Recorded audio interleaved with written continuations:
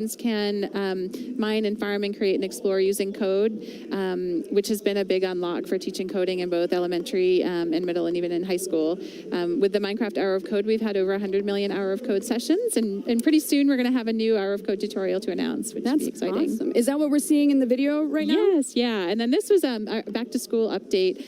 We put Minecraft lessons into the Minecraft Education Edition lesson library so the students can access it right in the game. We also added some features to make the game more accessible for players, including the immersive reader, where students, maybe early learners or people who have language acquisition differences, can use immersive reader to change character spacing, change line spacing, have it read any in-game text to them, and also translate it into different languages. I love that. I love that the immersive reader not only can, runs the gamut of the reader's skill level, but also potentially it could teach somebody a new language or absolutely any myriad of possibilities there. So how did the sustainability shuffle sustainability shuffle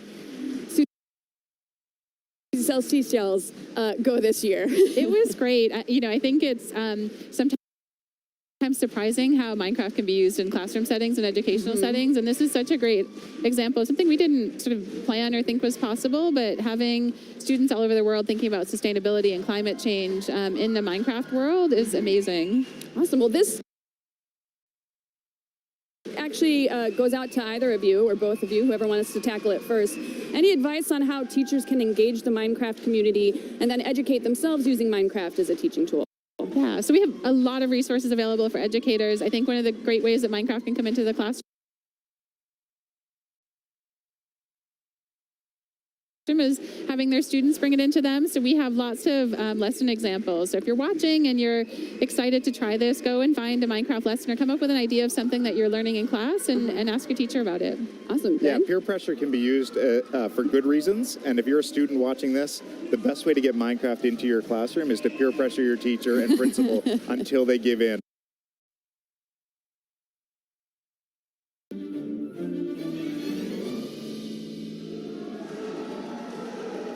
So celebrating Minecraft's 10 years, Mojang has teamed up with the Museum of Pop Culture, Mopop, to create the first ever interactive Minecraft exhibit. Get hands-on at Minecraft the Exhibition, featuring life-size Minecraft creatures, scenics, and interactive experiences. It opens October 19th, and tickets are on sale right now. And let's now just take a moment to reflect a bit more on all of the things that have happened in the world of Minecraft over the last year. Have a look at this.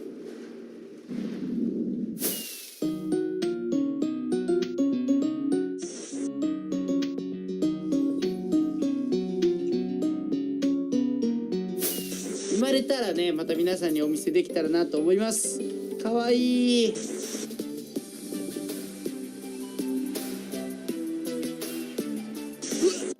Where am I? What year is it? Oh, hello, villagers. New villagers, but more on them soon. For now, the new villages. I'm loving this. Ooh. I saw a boss right there, it looked like. Ooh, I cannot wait. I want to see the actual fighting mechanics. Into a mini Minecraft world, and it actually works really well, especially with like the views outside. It looks amazing. And in the parrot jumping on my head. Oh, this sponge works. Ooh, that's very weird.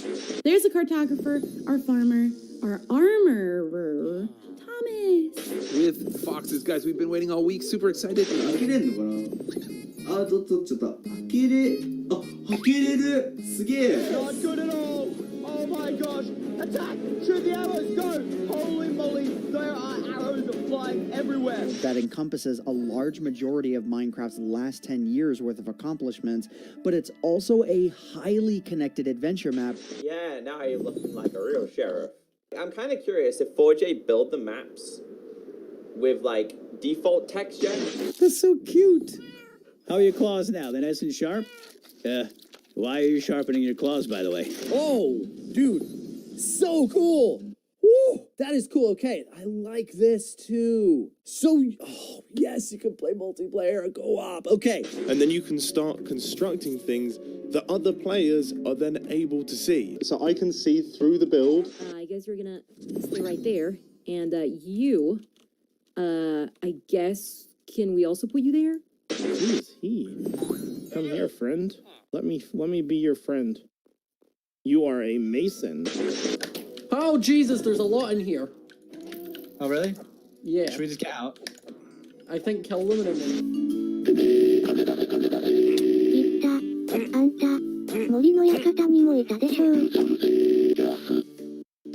I also need to breed another cat. I don't think I need. Oh, if I breed this cat, yeah!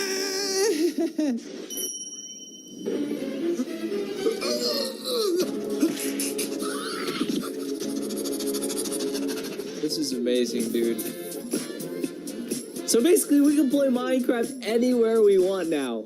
Goodbye, hard work. Goodbye, funny. Guys, let's just light everything on fire. Goodbye. Goodbye, builds. You abuse. I love that one. That sounds like how I usually play. Oh, let me build all this and then blow it up with tons of TNT blocks. What an amazing year it has been. So many fabulous things to look back on and celebrate. And to tell us more about some of their main highlights, I'd now like to welcome Megan and Liam. Welcome to both of you. Thanks for joining me here. Thank you for having us. Oh, of course. Now, I know you guys are going to be part of the show. Do you know anything about it that you can tell us? Oh, you're just going to have to wait and see, but we have some good surprises in store. Oh, good. That's well, good. I can handle with that. I can sit with that. That's great. It's been, that being said, it's been an incredible year. Megan, what has been your favorite highlight over the past year? My favorite highlight? Well, I like building, so the scaffolding has been incredible, right? Oh, yeah. I love the scaffolding. It's so fun, and the popcorn effect. I don't know, it's like ASMR. I got that. Every time you cut it down. Put it I'm down and like, it all just slowly falls down. It's like, Except when I do it underneath me and then I fall to my death. That's the worst. Oh. I do that often. It's just, when do I learn? I don't think it happens. Liam, what about you? What's been your favorite thing this last year? The updates have been really, really good. Villagers and pillagers, that kind of stuff, but I've still enjoyed my roots of caving. I like the adventure aspect of it too. Exploring new areas. There's new chests and villages too. A bunch of new loot. I just like the feel of adventuring. How do you guys like to play Minecraft? Do you creative, survival, friends? What's your preferred survival, method? SMPs. Or, you have one, your mom, but I thought he was your friend. Not after this. Oh, got it. Okay, this is awkward now. I've made it awkward. Just kidding. We like playing on SMPs together, like servers together, which is usually survival because there's a bit more grind and accountability involved. But I don't mind going into creative to build things for time lapses. I think it's really satisfying. But yeah, I love creative time lapses. I can watch those videos all they're so day. nice on TikTok, right? I like making those too. They're fun. Yeah, they're good. How about you, Liam? I enjoy the grinding aspect of it. I love survival. I hate creative. I'm going to be the one against you two on this. Get off the stage. No, I'm kidding. I don't want stay. to. No, you just got to stay. It's your job. But so you hate creative as much as that hurts me. I don't hate creative. I just don't like using it myself. Oh, that's fine. It takes away from it a little bit I'm for only me. teasing. I don't like when you tease me. Okay, that's awkward again. So what is your preferred method? Just grinding across the board and just seeing how far you can go? Yeah, I like trying to go for the big things like the beacon, slowly grow up to that. I hate things like me and Megan have had this argument a lot of times, the AFK fish farm. Oh, I love AFK fishing. I hate them. Why? It's just you do nothing and you get so many good things. I want to earn it. Just set it and forget it. I can be eating popcorn, watching a movie. I'm like, yeah, I'm getting that sweet, sweet loot. Megan goes to sleep. It's like, I'm going to have a mending book in the morning. Yeah, well, I'm not 12. What are you talking about? That's fantastic. Which biome, since we're going to shift gears here a little bit, are you rooting for in the biome vote? Swamp. Yeah. I have fallen into the place of Swamp Queen in Kingdom Craft. So even though I haven't posted my first episode, I have a lot of pride in the swamp. Nice. Which biome are you looking for? Mountains. I want the billy goats. Yeah, me too. Well, I've got a build currently that could use an upgrade with the mountains, and that would be fantastic. And the billy goats. And the billy goats. Of course. And the billy goats as well. In your opinion, what do you think has helped Minecraft stay relevant over the course of 10 years? And not only relevant, but also kind of kicked it up a notch, because this year it got really popular again. The thing is, Minecraft is just a good game from the start to finish, and the updates over the years have only made it better. I think a lot of people have taken a bit of a break, and they have something so amazing to come back to. We have people like PewDiePie who's playing, Jacksepticeye, and then Cupquake has made her return to Minecraft after like years of not playing, and there's so much content. You can seriously play it forever and not get bored. Yeah, it's definitely the updates. There's so many new things every year you look forward to. The snapshots giving you new playability whenever you need it. Not necessarily the game isn't perfect yet, but you could go on there, see what's new, test it out, and then go back to your normal world. I also think nostalgia was a big thing too. Yeah, nostalgia. I'm glad you mentioned that because I was going to say, as wonderful as the updates are, I do think that the baseline being what it is, and it hasn't really changed too terribly much, you're able to kind of put it down when you need to and come back to it and still pick up and go. Like there's not that relearning curve. I mean, maybe a little bit, but only for a hot second in order to remember what your button layout is, and then you're just right back in the mix. Absolutely. Yeah. And also them adding like to the new consoles and that kind of stuff, making it different in every single console, cross-platform. Yeah, has really updated it too and made it more accessible. Yeah, I heartily agree. Well, shifting over to the new stuff that's coming up, what are your thoughts on Minecraft Earth? You've actually been playing it. Yeah. Yeah, Tell me. Played it at E3. And then recently at the offices, and it's just, I'm a big Pokemon Go fan. I love when worlds collide, and AR is just so fantastic. I love going outside and being able to be surrounded by Minecraft, going mining, maybe doing some raiding with some friends. There's just so much fun stuff. I don't want to tell you too much because I think a little bit of it should be like a surprise. Oh, totally. Yeah, I'm looking forward to that. Really quick, I got 30 seconds. Give me an answer. Minecraft Earth. I'm excited for it. Haven't tried it. Dungeons, I'm very, very excited for it. Dungeons is the game that I'm looking forward to the most. I want it to be so good. It looks beautiful. I want it. It is good. Fantastic. Yep. Well, judging by the noise that we were hearing earlier, things are really starting to warm up behind me. Shall we go and take a peek at the main stage? Yeah, what's up, guys? All right. There they are. Minecon Live 2019 studio audience. Hi, guys. Woo. Hello. Save me a seat. I'll be out there in a sec. Yeah, lots of energy in there. Everyone looks super psyched up for the show. Now, bringing it back to you guys, what do you personally hope that they are going to tell us about this year? Not asking you to give away secrets, just what you want to see. Oh, man. Yeah, hot seat. I mean, I want that swamp update, but, you already know why. I want more info about Minecraft Earth and Minecraft Dungeons, but I want a big change to caving. That's the big thing for me. What would be your ideal change that you could potentially receive, or that you're hoping to get? More hostile mobs. Really? I want them to hurt me so bad. You like the punishment. I do. Well, jeez. Well, that's just about all of the time that we've got. A massive thanks to all my guests today. I've had a blast as usual. Now we are ready to go to the main broadcast. Enjoy Minecon Live 2019, everybody. I look forward to seeing you back here after the show, so make sure that you don't go away because we will have much more for you as soon as the main episode wraps up. See you guys in a bit.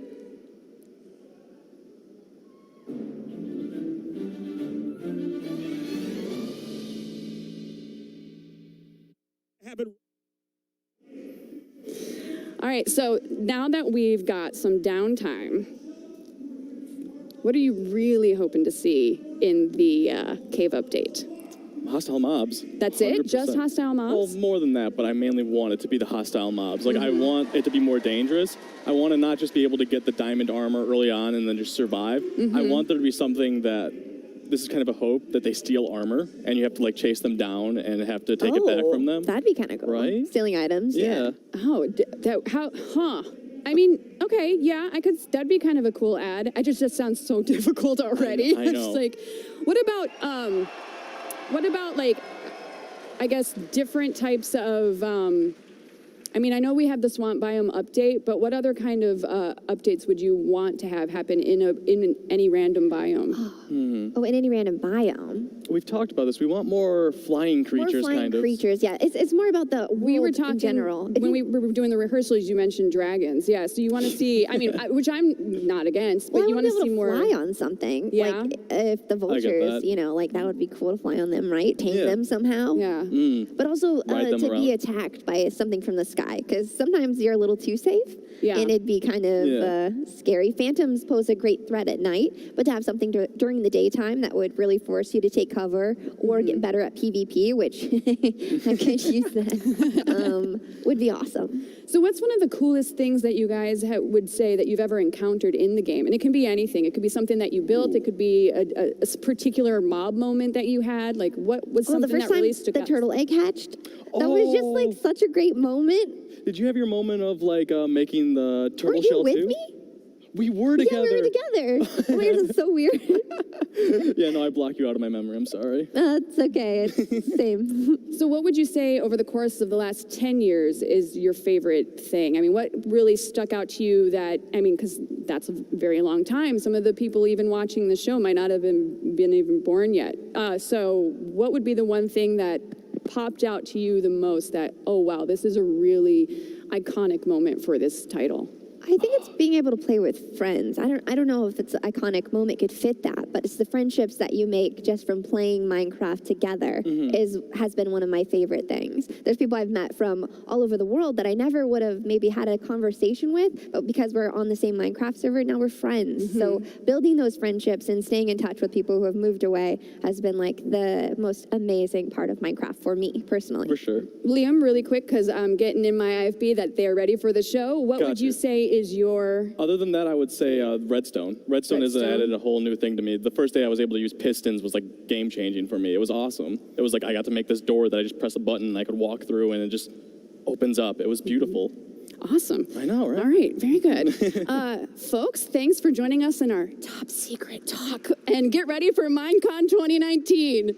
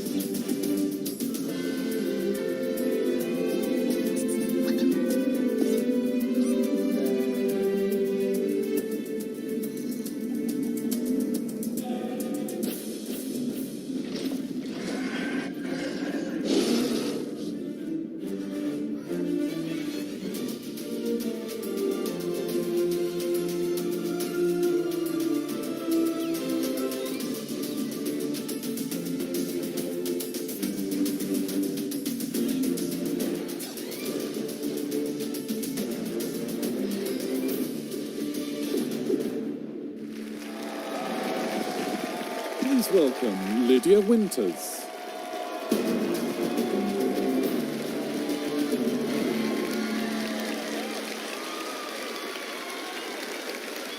Hello and welcome to Minecon Live 2019. I'm your host, Lydia Winters, and today we have a great show for you. It's been a really exciting year. In May, we celebrated 10 years of Minecraft. That means the game is older than some of you watching right now. This game has changed the lives of so many people watching, and I can definitely say that it has completely changed mine. Today, we'll look back at where we've been, where we are now, and we'll look into the future of all things Minecraft. It's our biggest show yet. There's something for everyone. Helping me out this year, we have 4 amazing co-hosts who are backstage getting ready right now. See you all soon.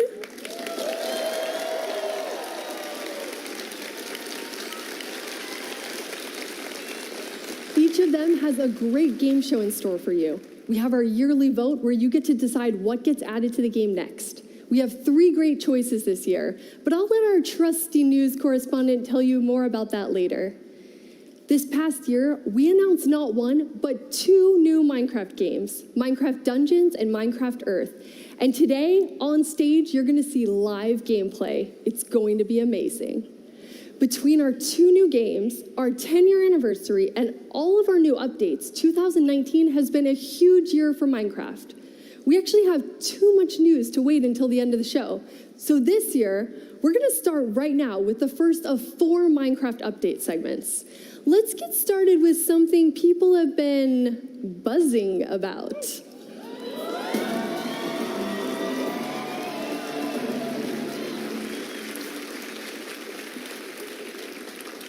please welcome Agnes and Corey from the Minecraft team. Hello, Agnes and Corey. What do the two of you do on the team? Hello. So I'm the lead of the Minecraft gameplay team. And I'm on the Minecraft gameplay team. Very convenient. So you're here to tell us about something pretty exciting and pretty adorable. What is it? Yes. So we're going to talk about the very cute and also useful bees. Bees. Let's look at some bees. Yeah, so you can see here, the bees are going to and from the flowers, kind of pollinating the flower, gathering some pollen, nectar, taking it back to the hive. As they go, you can see them sort of dropping the nectar pollen particles and growing the crops, actually. And so you can sort of learn the relationship between the bee and the flowers and the crops and the hives that way. Yeah. That's awesome. They're a little bigger than I would have thought. How did you decide on their size? Yeah, so originally we thought maybe we'll have, tiny bees. Everyone expects bees to be tiny. They're already tiny. Tiny bees are not cute enough. They make you feel like they're kind of annoying. They're kind of swarming in your ear. And then big bees, we tried bees the size of a full block. That was way too big. It was not, no. So we settled on about half a block, and we think it's the cutest size for a bee. That's awesome. Oh, okay. People like the size of the bees. Apparently so. Yeah. And you actually thought a lot about how the real world and the game mechanics go together. So let's look at some of the ways you're teaching people about bees. Okay. Yes.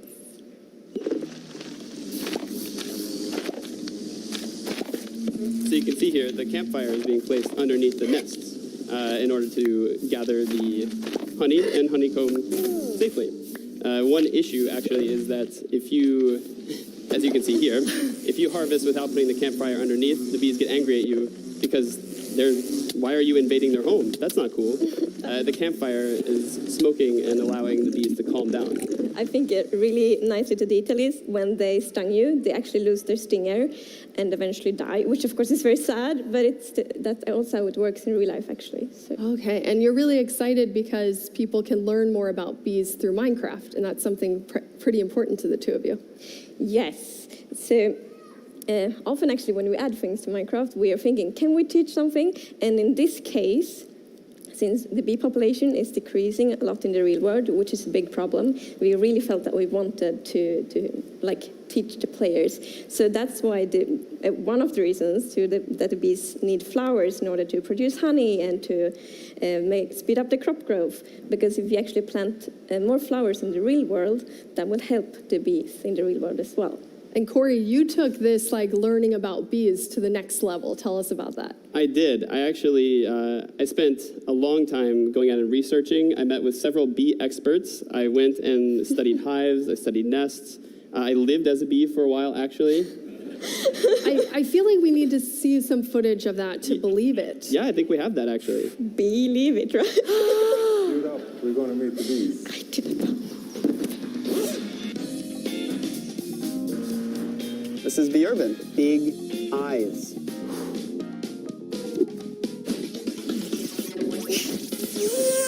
Okay, Corey, it's a wrap for today. All right, Leif, it was good to be here.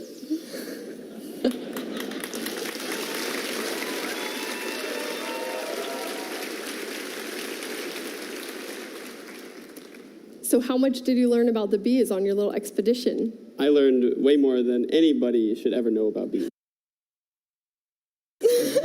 Except maybe the bee expert? Except maybe the bee experts. But there are so many fascinating bee facts out there that I learned. And I mean, both Leif and Josefina, the people I met, were incredibly amazing, wonderful people, taught me everything. And so I actually used a lot of that knowledge to work on bees in Minecraft. That's really cool. And that's going to become a YouTube video that's a bit of a documentary about the process of bees. So you'll be able to watch that in a few weeks. I think next week. Next week? Yeah. Oh, perfect. Yeah. But there's one thing no one has seen in any snapshots related to the bees. And we're going to premiere it here at Minecon. So what is it? Yes, so we're actually adding a new block, and that's the honey block. Let's see the honey block. So it's very sticky, and as you can see, you can't really jump when you're on the honey block. And it's also sticky on the sides, so you fall down very slowly. Also, you can't really run on it. It keeps you going pretty slowly, so you can't go very fast. You can't really outrun anything. We also added some interesting piston mechanics to it. So the honey block moves with piston, and also players or animals on it will also move together with the honey blocks. So how do you see players using this amazing new honey block? Yeah, I think it would be super cool if players use these moving honey blocks to create some kind of like platform game map, and the players have to jump and they move around, and I think that could be really fun. Yeah, and I'm really looking forward to parkour maps. I really want to see players utilize the sliding mechanics up and down, but also the inability once you jump down, you can't jump back up. So normally if there's a 1 block difference, you can just go back and forth, but with the honey block, you'd be stuck. That's amazing.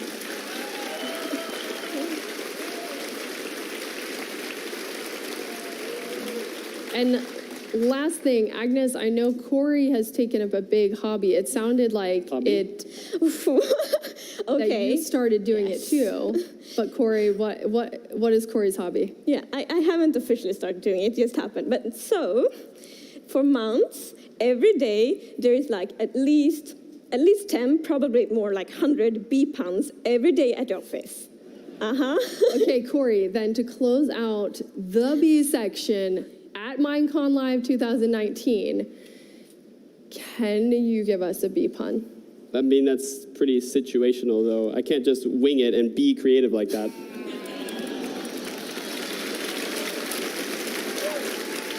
There we have it. I'm sure a lot of players will be beelining to see that updated flight. Thank you so much, Agnes and Corey. Thank you.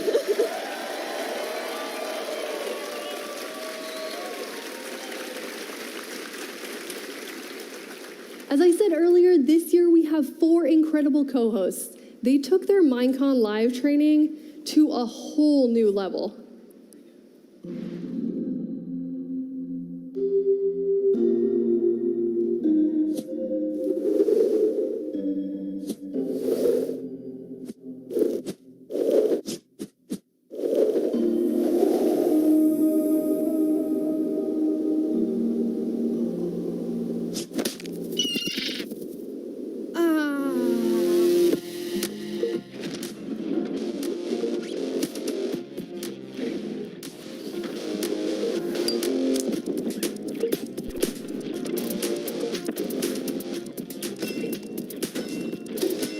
What are you doing here?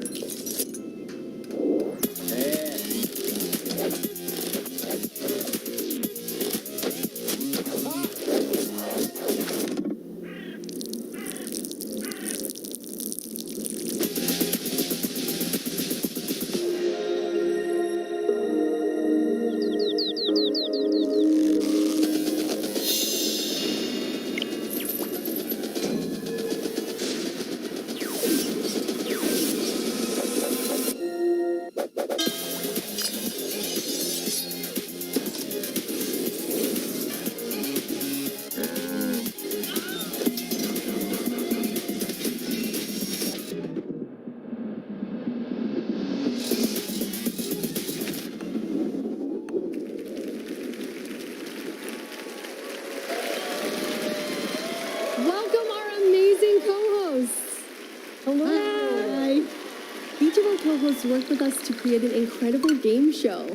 For the first time ever, we're going to have a Minecraft triathlon.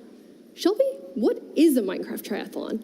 Basically, it's a relay with all the games. Minecraft, Minecraft Earth, and Minecraft Dungeons. Scott, Maslow, and Marielle will be competing against our team Mojang. Who do you think will win? That's for sure. Obviously. We'll see. I'm a little biased, so maybe Mojang?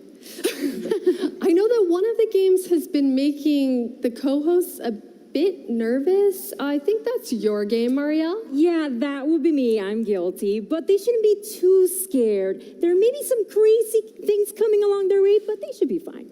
Yikes. Scott, you have some special guests in your segment. Yes, my show is called Mind Games, get it?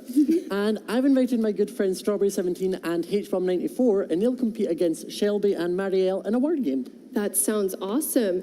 And one of our games has been a pretty big secret, but maybe you could tell us something about it, Masuo, please? Well, it will be in Japanese. That is a first. We've never had an all-Japanese game. Anything else? But I can give you one hint. Buzz. Ooh, it sounds like it's going to be amazing. Okay, you all have to go get ready, and we will see you very soon. Thank you, co-hosts.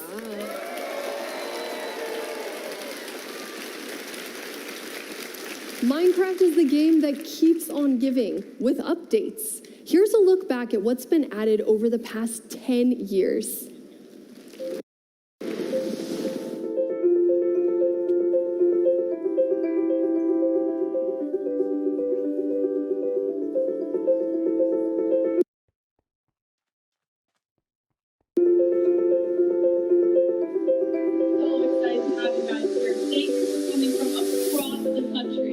Celebrate Minecraft with us.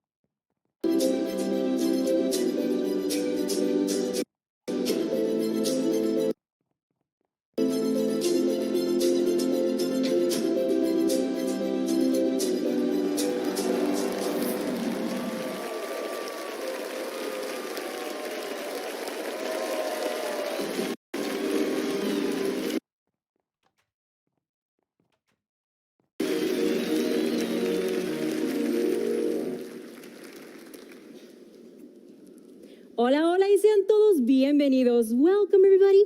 Let's go ahead and have some fun.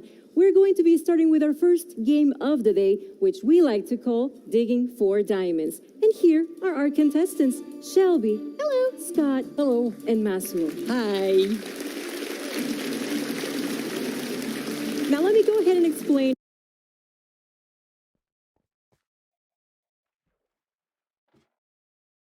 what our contestants are going to have to do.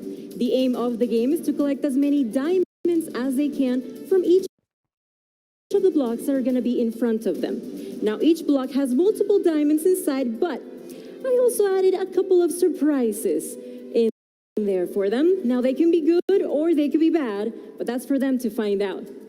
Now, as you can see, the blocks are also divided into 3 different Minecraft biomes.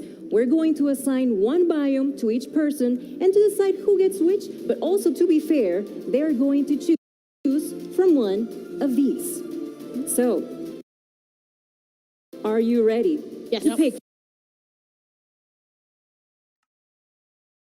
your biome. All right. Good luck. Ooh, okay. Like it? Yes. Got a good selection? All right. We'll head on over to your stations. All right. Oh. We have Shelby coming up first with the plains biome. How are you feeling? A little nervous. I'm getting the feeling these aren't very plain. Yeah, that's what I was going to say. Just because it sounds easy because of the plain biome, it doesn't mean that it's going to be easy. So, yeah, keep that in mind, but you're going to be fantastic. You're going to do great. Thank you. Now, you're going to have 15 seconds per block to get as many diamonds as you can using one hand only. Make sure they land inside of this, because if they don't land, they're not going to count. Got it. Need them to count, all right? Okay, let's go ahead and review your first block. You're ready? I'm ready. All right. Yeah, I know. I feel great now. All right, your 15 seconds begin now. Go, go, go, go, go. All right, what do you feel? What do you feel?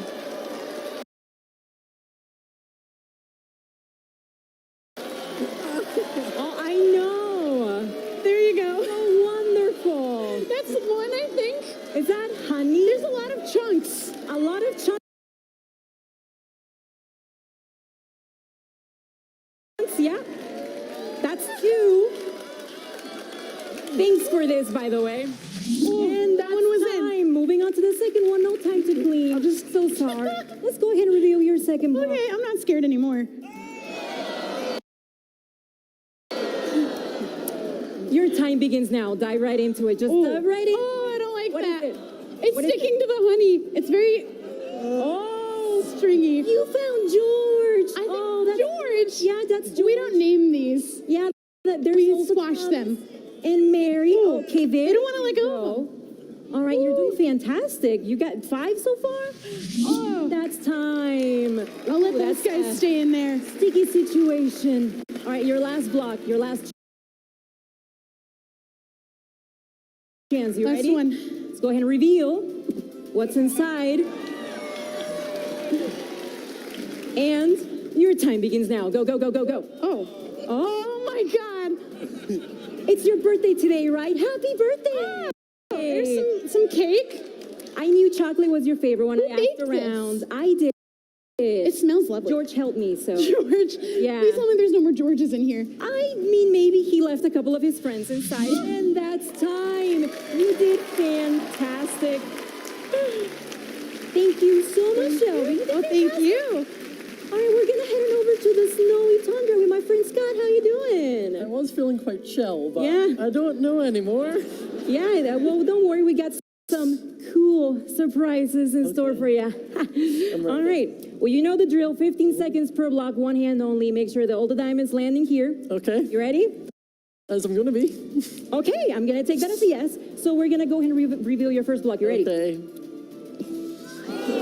Ooh. Yeah, I know, right?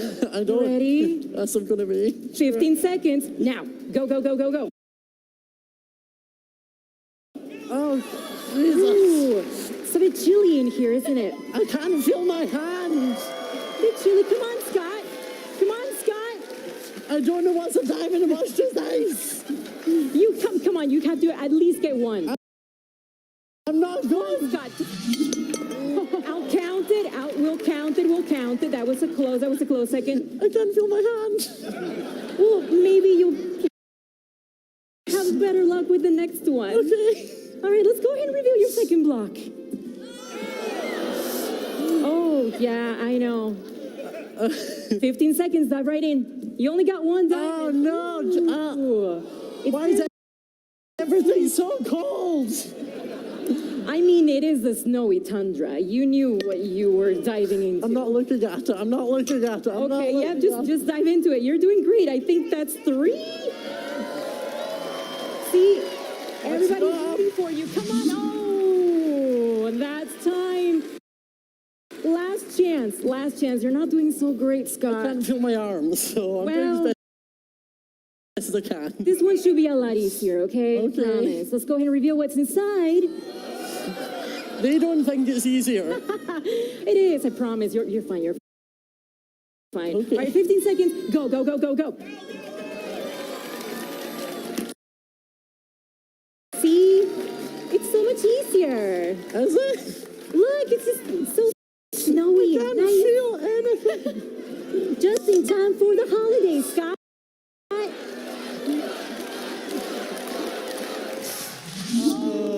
That's time. You look fantastic.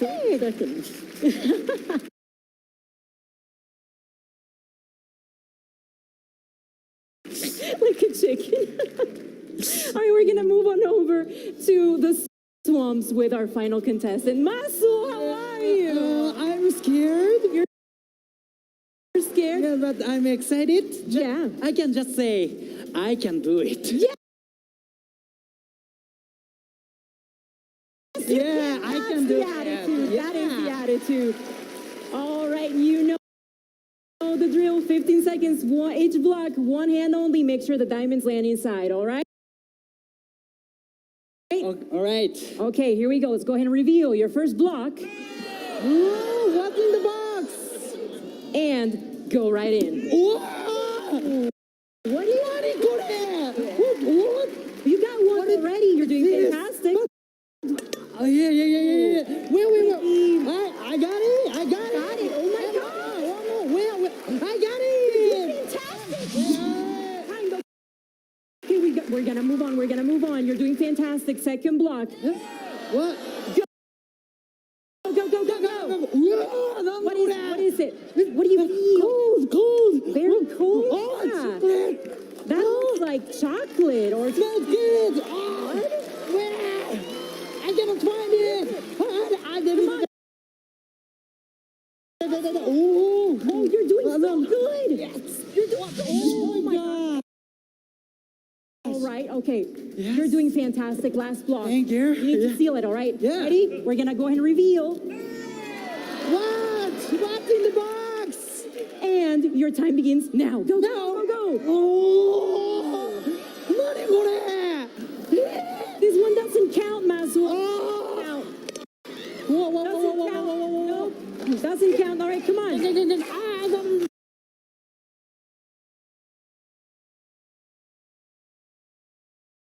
You got this.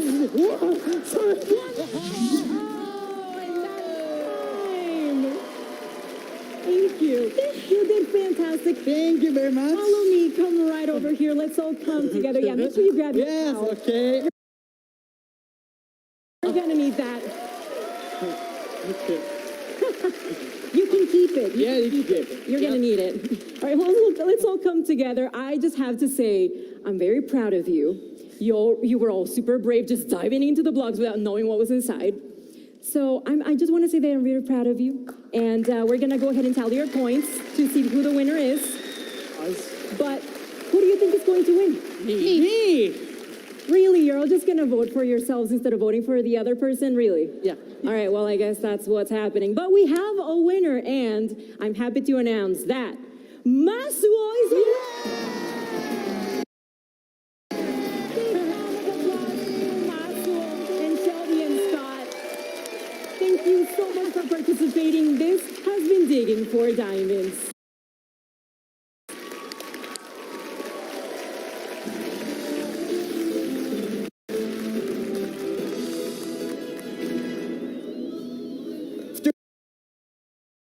Of the world, I'm Vu Bui, your vote correspondent.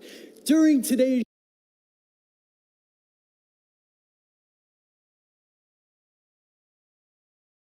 show, all of you will vote on which Minecraft biome is updated first with some great new features. Last year, the mighty taiga biome won your vote over the savanna and the desert in a landslide victory, which was surprising since landslides themselves aren't very common in the taiga biome. I suppose people just couldn't resist the sweet allure of those berries. This year, we have a whole new set of biomes for you to choose from. There are over 70 different biomes in Minecraft. So even choosing which ones you can choose from was a major task for the team. But they persevered and brought 3 delightful choices. As usual, Tiny Agnes and Tiny Jens will take you through each of your options. And to introduce them, we have Tiny Vu. Take it away, little guy. Thanks, Giant Vu. Wait, I'm not a giant. I'm just average size. You're quite tiny. Technically, I'm just a bunch of pixels, so I'm scalable to any size. But I suppose it's all just perspective. Anyway, on to the biomes. First up, we have the Badlands. Whoa, that tumbleweed almost hit me. Well, they don't call it the Badlands because of their good manners. Ooh, this new cactus is fancy. Ouch! What's that spooky vulture doing? Vultures are drawn to loot left behind by unlucky explorers. Not the loot! Is that a boat? Yes, this boat has a chest built in for all the cool things you find at sea. And look, it's our new friend, the frog. Ew! Actually, we're not that close. Here's a mangrove, a tree that thrives in the swamp. We should get out of here. That frog is looking at me funny.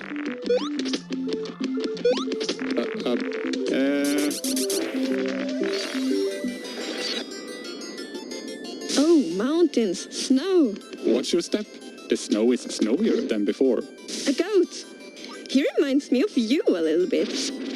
Mountains are getting an upgrade. Jagged cliffs, snow-capped peaks, dramatic views. The goat is getting away.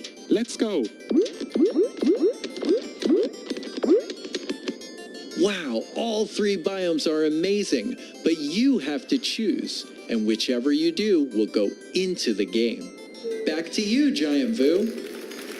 Seriously, I am not a giant. I just seem giant to you, just like you seem tiny to me. Although, who's to say who's giant, who's tiny? Maybe we're both just infinitely scalable. Anyway, last year, before the show started, I was sure I knew which biome would win. But I was wrong. This year, I have no idea. They're all just so great. So here's how to vote. First, make sure you have registered for a Twitter account and log on to Twitter. Later in the show, you'll need to go to the Minecraft Twitter account. When we post the voting poll, just click on the biome you want to win. There will be 2 rounds of voting, but don't worry, I'll let you know when each one begins. For now, let the debate begin between you and your friends and your family and your pets, so you can decide which is your favorite biome to be updated first with some fantastic new features. And now, let's head over to hear about scripting in Minecraft from Jason and Quinn.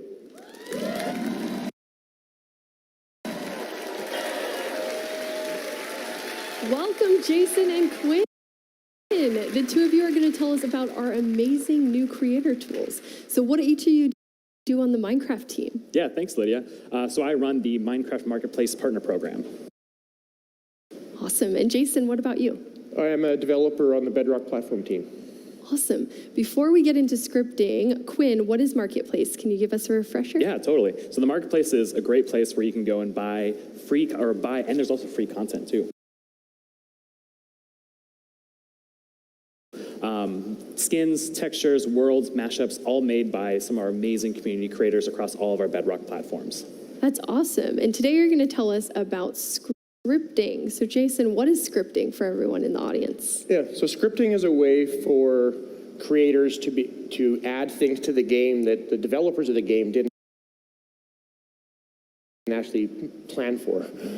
So we do a lot of cool things in add-ons where people are able to take behaviors from the vanilla game and mix them up in different ways and get cool things. But with scripting, they can do lots of stuff that you'd never see in the vanilla game. That's amazing. And I heard you were quite inspired by NetEase, which is our partner in China, because they were doing some work on scripting. Can you tell us about that? Yeah, so they had started doing some scripting several years ago. And they've got some stuff kind of in, and we're like, we have to have that. So we started hooking up. We've done some different tech directions, but it was definitely inspired by them. It's awesome. So you have some things to show us with editor tools first. So let's take a look at some of the new editor tools you've added. So this first one, this is called the editor stick. And what this allows you to do is it basically allows you to take any block and change any of its parameters. So you can go to the wool here and change it from being yellow to blue. And you can really change any of the different items. So here we can look at the wood, where you can change it from oak to birch. And it's a great way to, instead of having to replace that block, you can actually just go and change the parameters to be what you want it to be. So it saves a bunch of time. Another really big time saver here is you can go in and change the crops to be fully grown. That just stole them. Just stole our beats. Well, someone was very happy with that editor tool. Maybe in the future we should get rid of the mobs before we set up the world. So why is that important for creators to be able to move that process along faster? Yeah, well, the great thing is sometimes you need to be able to, like, not just have to replace the block. Like, you have to take the thing out and put a new one in. Sometimes you're like, oh, I actually wanted this to be a different color, or I wanted this sign to be shifted a different way. It allows you to really quickly make those kind of small tweak modifications for like a polished pass on the map. It's awesome. And give you a chance to try some different colors or different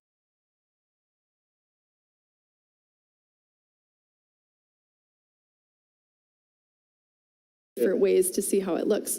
But you also have some things that speed up the process significantly, which we can look at. Yeah, so definitely in a lot of builds that creators make, they don't want to just do a single block by block change, and they want to do some much quicker stuff. Let's look at some quicker changes. Yeah, so here there's the TNT wand, where you can actually go and quickly remove large chunks of the world around you. Just kind of go through and make big holes, and it's a great way to kind of rough out an area and get it close to what you want, and then you can kind of come in and fine tune it. And here's one that basically makes like a big hallway. So imagine how long that would take destroying block by block. And when you have these worlds that sometimes they're like a kilometer by a kilometer or much bigger, like this can be a huge time saver for them. And sometimes if you don't want to go build the house block by block, you can actually go and make a TNT that just does it for you.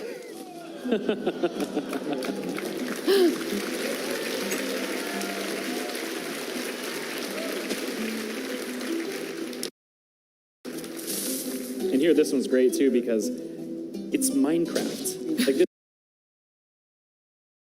this is a way to go and build your house in a very Minecrafty way. Instead of just replacing a thing where you place a block down and it automatically builds a house, it's a TNT block that explodes and makes it there for you. I really like this homey feel of this cabin. With that's a great cabin. It's way nicer than what I can build. Yeah, me too. It allows you, if you're scripting, then suddenly you could use those houses and put them everywhere for a build quite like significantly quicker. You can make a whole town pop up just by placing a bunch of TNT and lightening it with the redstone or something. It's a really fun way. Those editor tools are awesome.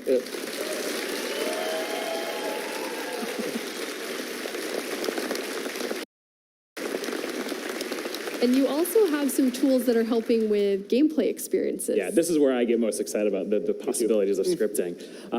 Not just being able to make editor tools or things that make building faster, but being able to make things that change the entire gameplay of Minecraft, and not just relying on the vanilla behaviors, but being able to make your own unique behaviors and gameplay mechanics. So this next clip will show a really, really cool way to take on that.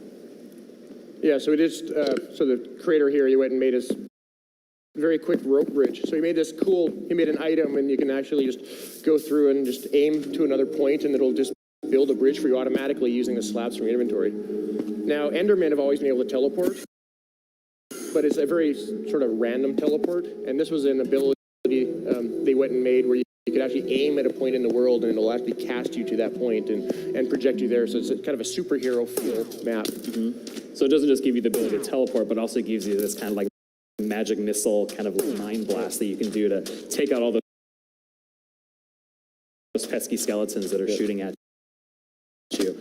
And there's just, it adds this way that you can change the entire way that you can explore the world. So you can build a city and try and go save all the denizens of this city. And there's another feature of this one too, where there's this big shield that you can put up that blocks all the different arrows. Very cool. So there's a shield that kind of protects you for, what, 30 seconds or something? 30 seconds, yeah. So creators can use this to create all new and interesting game experiences for players. Yeah. The possibilities are really endless. And you have one other cool thing to show us with scripting. What is that, Jason? Yeah, so we've been working on, Minecraft has had the ability to change skins for a long time. You can change the texture on your model. And as we'd kind of working on that, we were data driving a lot of parts of the game so creators could change things. And we made it so that creators could change more than just the texture of the player models. We wanted them to be able to change the actual 3D models, change the animations, add special effects to them, et cetera, and stuff like that. So we have a video to kind of show off some of the stuff I personally built in this case. So I've been I'm a big fan of penguins. I think penguins are one of the coolest animals. He's been wanting to add these to Minecraft forever, by the way. Not yet. So I quickly knocked out a penguin. They're not coming to Minecraft. But I knocked this out, and you can see he's got kind of custom animations. His arms kind of flap out, and he moves very different than Steve. And then I replaced the sprint animation with a fun little belly slide. And this was actually kind of a happy accident I wasn't actually planning for, but the sprint particles are kicking up, and it kind of helps sell the slide animation. So it's always fun when those happen as a developer. So what kind of game are you hoping creators make with the data-driven player change? Yeah, so while I was working on this, I kind of had this vision of like, I want someone to go make a velociraptor where it goes around and eats something. It could be other players, it could be animals or something, and it's something. So please, community, build me a velociraptor game. Velociraptor. I don't have the art skills to make the velociraptor. Your penguin was pretty cute, though. Yeah, it was okay. Quinn, any games you would like to request? I just think, like, Velociraptor is cool, but I think a racing game where you could actually transform the player into a sweet car and have them be able to customize it and then have a bunch of animations of it, like, drifting around corners and stuff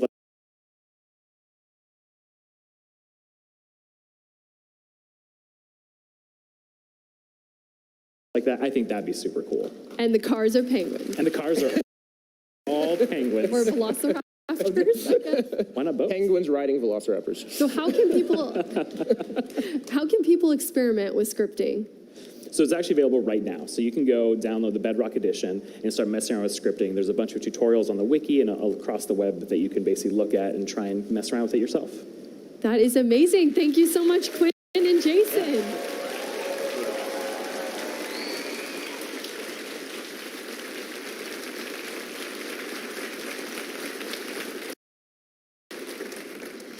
Speaking of cool tech, as some of you might have heard, we have an exciting update coming to Minecraft on Windows 10, ray tracing. As part of our partnership with NVIDIA, ray tracing will be coming soon and available for Minecraft on Windows 10 for DirectX capable GPUs. There's a lot to say there. Let's check it out.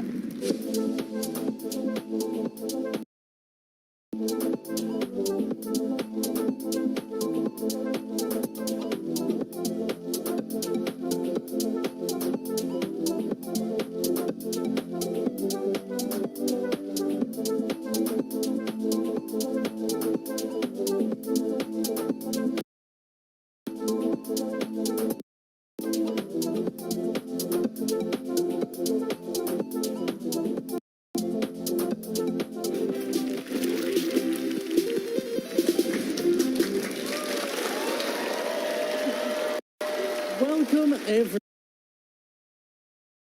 everyone. It's now time for what is going to be the most intellectual game of Minecon 2019. Let's get excited for Mind Games. Now let's welcome our two teams and see if they have what it takes. Hello, Team Zombie. Hello. Hi. On Team Zombie, we have Shelby and Marielle. How are you feeling? Confident. Confident? Good, like the confidence. On Team 2, we have Skeleton. And that So is go by team winner. Team Winner. Oh. Hey, wait a minute. We have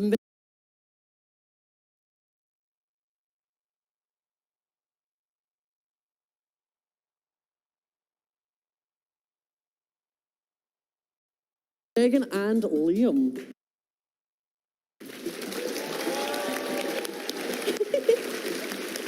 Now, let me explain how the game works. Our teams will take it in turns to pick a category from the wall over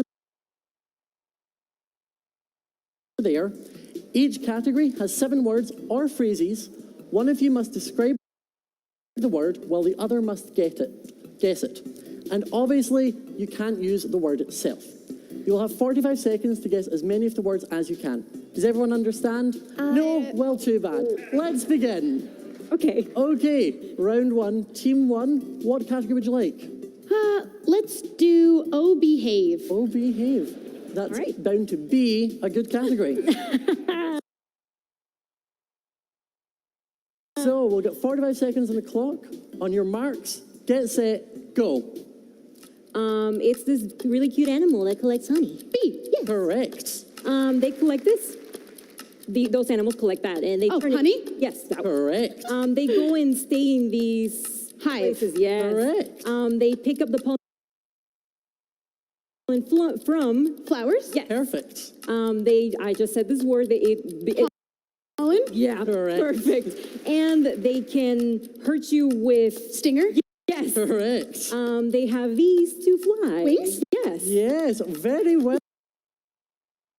Well done. Very well done. Team Zombie starting off strong, all 7. How does that make you feel? Very good. Yep. Feel good? Pretty Starting good, off strong. pretty good. So, Team Skeleton, you've seen how they're done. How do you feel? I mean, they don't really sound like zombies. They should be like, Oh, they just have to yeah. full character act? Yeah. Okay. So which category are you wanting? How do you feel about Sweet Pandemonium? I like that one. Sweet Okay, we're doing that. Pandemonium. Okay. So we'll get 45 seconds on the clock. And if you're ready, go. Black and white, animals. Panda. Yes. Correct. You eat this. Bamboo? Milk. Milk? Cow? Shelby. Bread? Cake? Shelby put her. Yes, cake. Correct. Pandas eat this. Bamboo? Yes. Correct. They do this. Not a cold, but they not. Hot? Oh, sneeze. Yes, perfect. Rare panda. Red panda.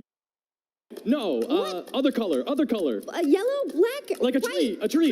Green panda? Yellow, gold panda? What? Bark. Brown panda? Yes. After 5. Nighttime? Evening? Number after 5. 6. Yes. Correct. Pandas have a lot of these. They're categorized. Fluffy. They're... And time. The last word was personalities. I wouldn't have got that one. Green panda. No, I don't know. You said rare. I'm thinking of toys. You did very, very well, though. You're not too far behind Team Zombie. Thanks. So, Team Zombie, you're 1 point ahead. Do you think you can keep your lead? I hope so. Okay, so what is going to be your second category? Can we do not on porpoise? Not on porpoise. Okay. So we will get 45 seconds on the clock, and we will begin now. Okay. Friendly sea creatures. Fish? No.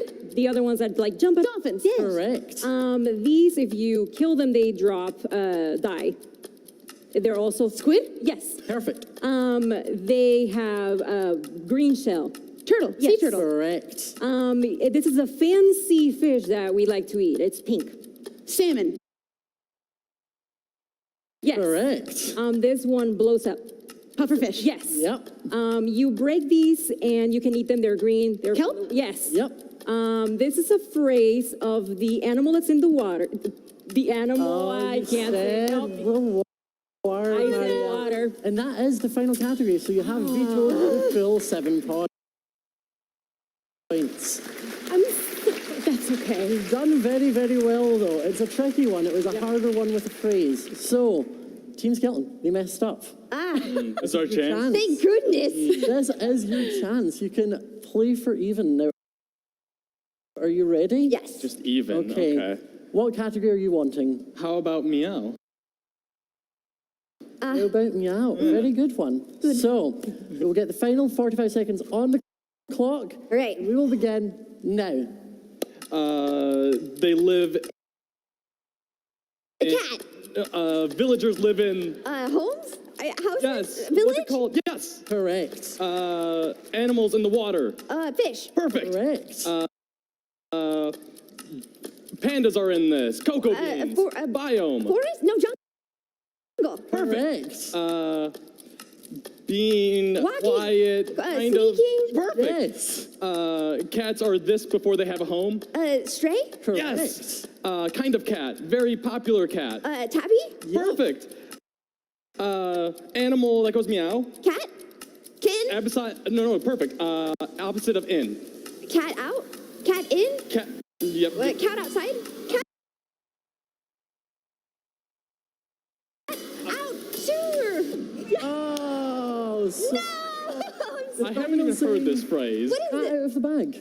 Oh. Okay, that sounds better now that you It's say it a out very loud. well-known saying. Thank you very much.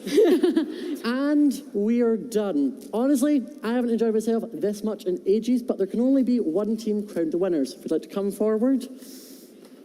Okay. Time for the physical challenge. The physical challenge? Just kidding. Okay. And the winners are Team 1. Team 2, it was a valiant effort. Thank you both for taking part. You both did amazingly. And you've been watching Mind Games.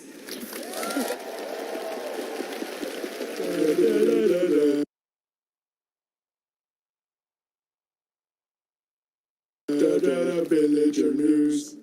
Breaking news! An update has swept the realm, changing villager life forever.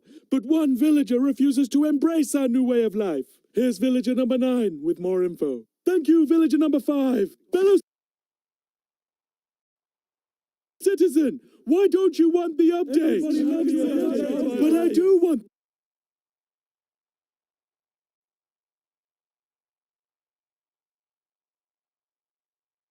You play it on your phone, and it uses the phone camera to place your Minecraft builds and adventures right in front of you.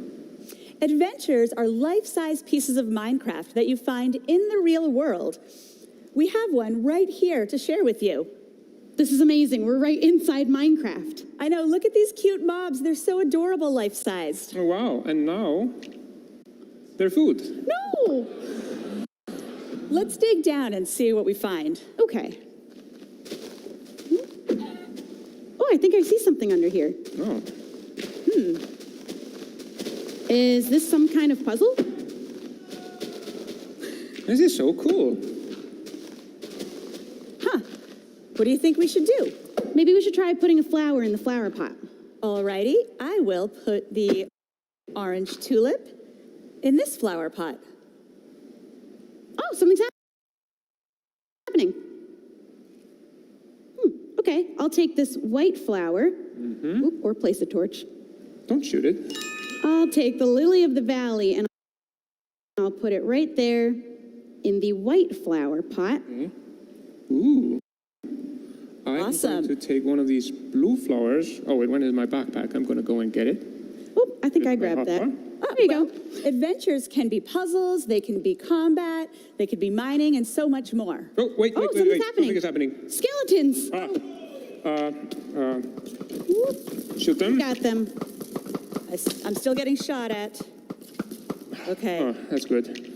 We get them all? Great. Oh, no, there's no, zombies coming. Watch out, watch out. Oh, no. Life-size zombies. Where did they come from? Okay. I hope there are no more mobs. Okay. Oh, I see gold. Oh, awesome. Oh, We should get it. Well, actually, in an adventure, everyone in the adventure shares in what you take out. Oh. Really, it's like some sort of utopian resource sharing system. Does that even work? In Minecraft Earth, it does. All right. I think we got it all. Okay, what else is down there? Oh, something's happening.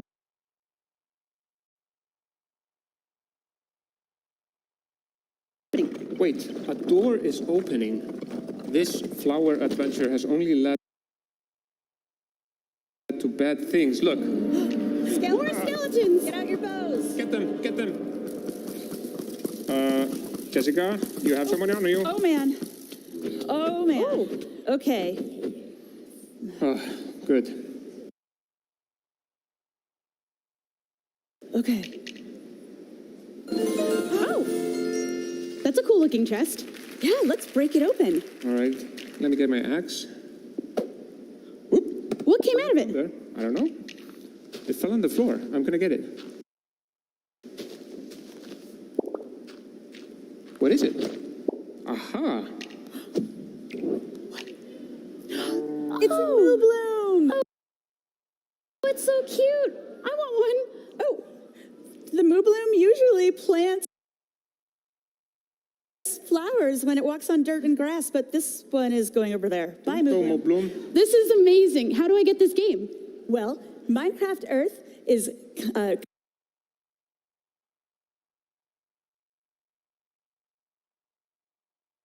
coming out in October. Oh, yeah.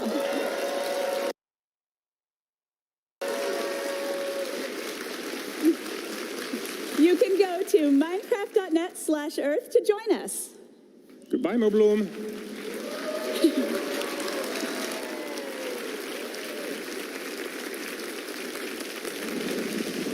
Please welcome Alina and Frederick, who are here to announce something awesome.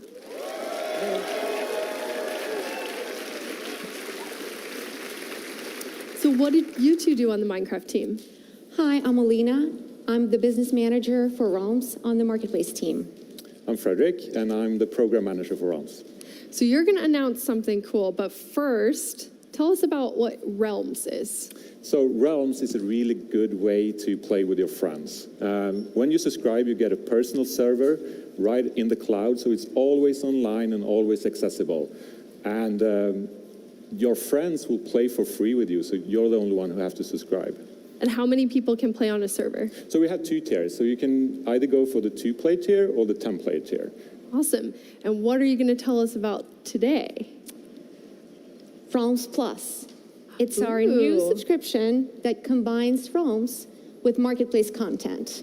That is awesome. So what does that mean? Realms, which you just told us about, plus Marketplace content. So with Realms Plus, just like before, you will have access to your realm, 10-player realm, and all the cool features that come with it. But in addition, you will have the entire catalog of Marketplace content. Skins, worlds, mashups, resource packs. That is awesome. Frederick, how many pieces of content will be coming to the first version of Realms Plus? We will be launching with over 50 pieces of content. And then they'll be changing each month? Yeah, every month we will get new content on there. Yeah, so That it's is going to be really good. Amazing. Yeah. And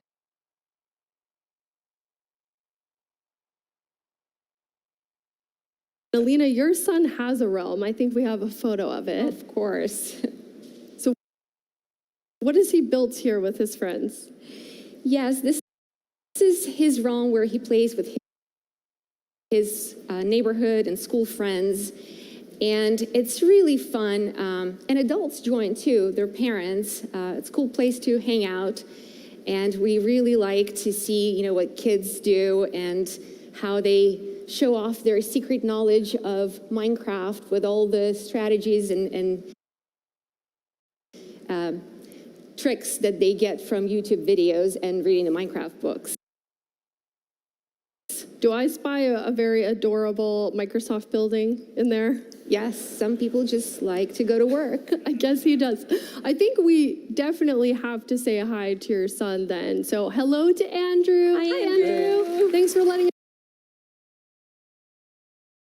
us show off your realm. We know he's watching at home, so thank you. So this sounds amazing. How do people start using it? How do they get Realms Plus? So when we launch Realms Plus, and we will be launching soon, we will have a free trial for new players. So you get 30 days for free. If you're already a subscriber for the 10-player realm on Bedrock, we will upgrade you automatically for free. And the price won't change. It's going to stay $7.99. So how did you decide on that? Because that's really cool. You're adding all of this stuff to it. Absolutely. That was very important to us. We just wanted to give our players more options, more fun things to play with, and keep the price the same. It's very simple. One subscription, $7.99 with realms and content. And we will be adding more things every single month so that there will be something for everyone. That is amazing. Thank you, Alina and Frederick. Let's look at a preview of some of the awesome content coming to Realms Plus.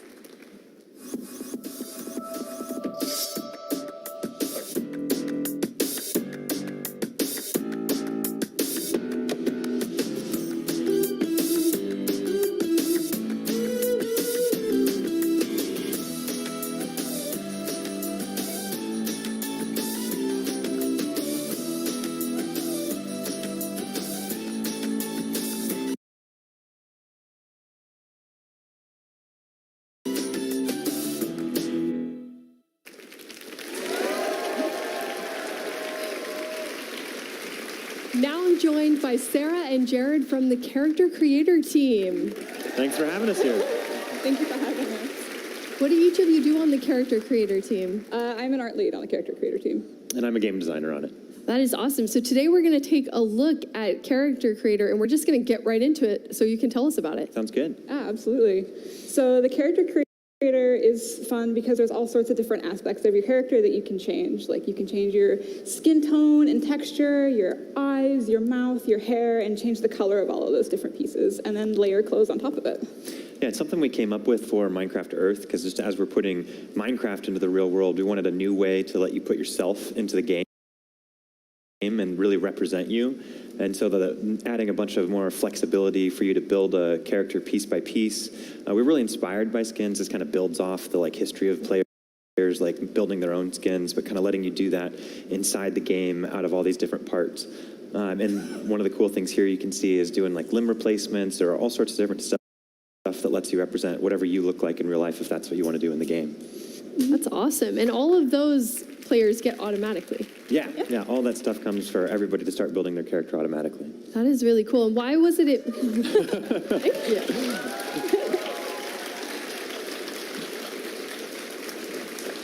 Why was it important to you? You added things like prosthetics and all different skin tones and different body shapes. Why is that important to you? Well, because, Minecraft players are from all walks of life, right? Anybody. And it's always fun just to see a part of yourself in the game. So we wanted to make sure to try and include as many people as possible. Mm-hmm. That is awesome. And how many characters can you have?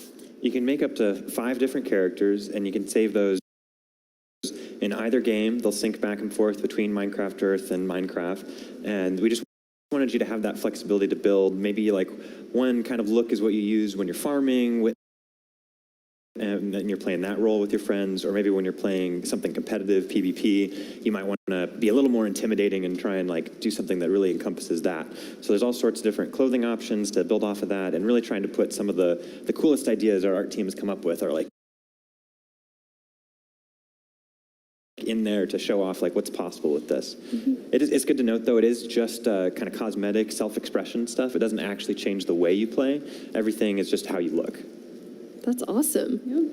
And you said that this is inspired by Minecraft Earth. How does it fit into Minecraft Earth with a mob of me? Mm-hmm. Yeah, there's this cool little thing that when you're in Minecraft Earth, there's a mode called build mode, which lets you put a build plate here, like in this case down on my desk, and then I can put a little representation of myself into the world I'm creating, because maybe it just makes the world more alive if it's not just a static structure, but if I put a character in there, and then I can watch him wander around, and it's just super delightful for me, especially when he wanders off the build plate and takes a look at my coffee mug or something sitting right next to it.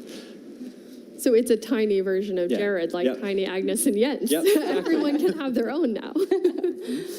So you're going to show us a few things that no one has seen, which one is achievements and how you get special things for achievements in the game. Yeah, this is something that'll come slightly after the launch of Character Creator, but we really want to let players show off what they've accomplished in Minecraft through what they wear. So like in this case, you can earn a lumberjack shirt when you chop down a tree for the first time, or when you craft your first hoe, we'll give you a little toothpick wheat thing there. And then if you play the game a really long time, we'll give you a really long hair and beard that you can equip to your character to show that off. And then this is probably my favorite item that we're adding is this like fish globe that covers your head that you get if you build a conduit in survival mode. So all these things, we'll have stuff in Minecraft Earth and Minecraft that you can earn through challenges and achievements. Awesome.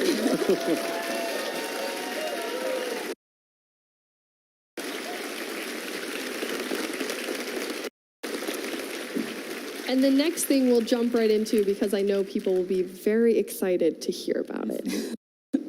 Yeah, for sure. So the sort of two things that are upcoming are capes are coming to the Character Creator.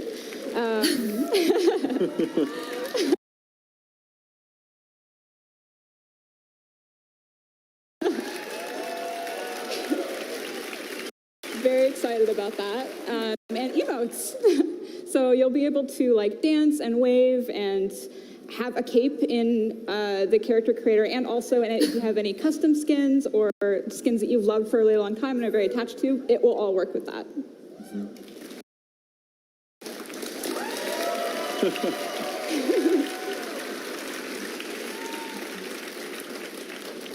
And how will people get these awesome capes?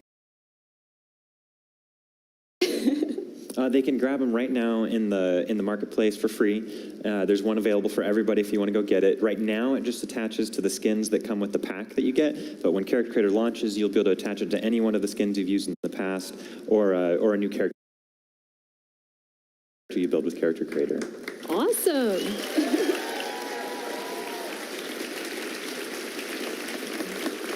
Thank you so much, Sarah and Jared. Character Creator looks amazing. Yeah, thanks for having us.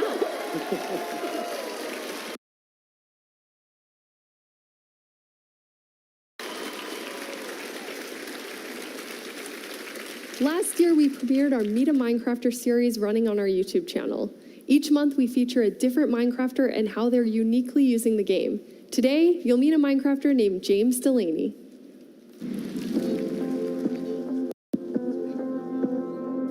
My name's James Delaney, and I'm managing director of a company called Blockworks.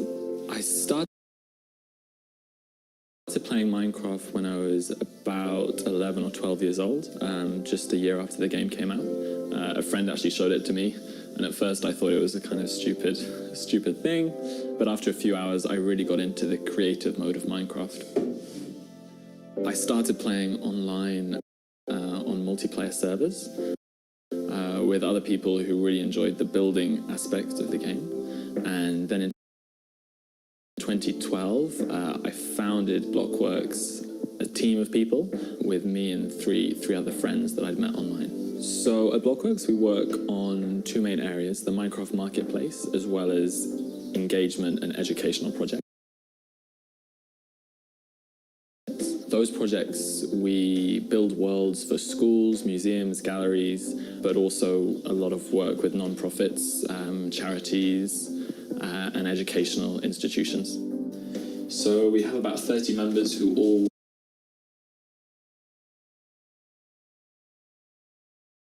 work from home from about 20 different countries, but we all connect to the same Minecraft server. So we're all working in this virtual office together in the same digital space.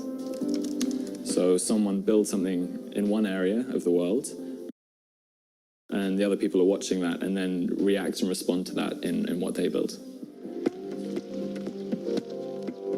For my final year thesis at university, I looked at democracy and video games specifically, with a big chapter on Minecraft and urban design and how Minecraft could help cities and help communities take part in the planning process, which led me to join the board of Block by Block in 2019. part of the reason Block by Block uses Minecraft is because it's a very democratic tool.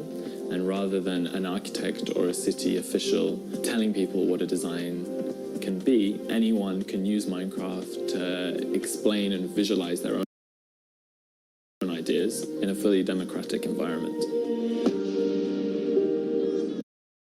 So buildings like this cathedral here in Siena didn't have just one architect and one person with an idea, but were built by a group of master craftsmen, each improvising the design as they were building it.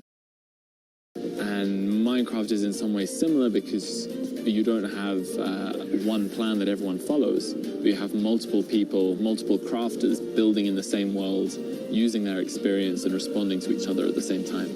And maybe this is something that architecture and design today can learn from Minecraft.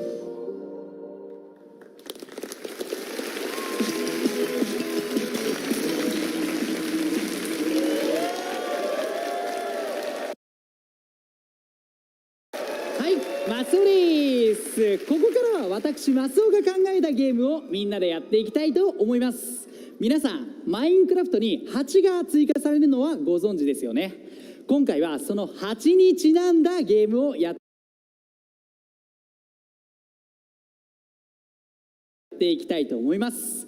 その名も8ハイベンベン。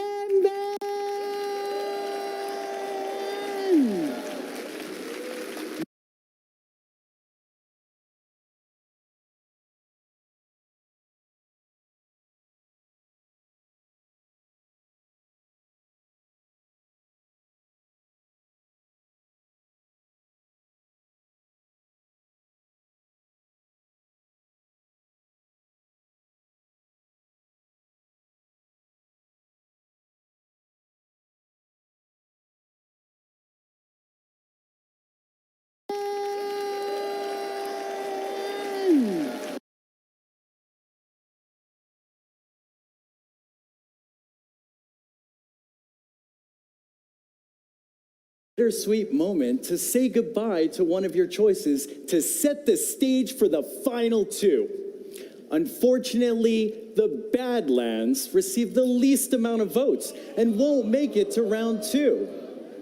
The good news is all of you Badlands supporters now get to pick again from the two that are left. So what will it be? Time to vote again.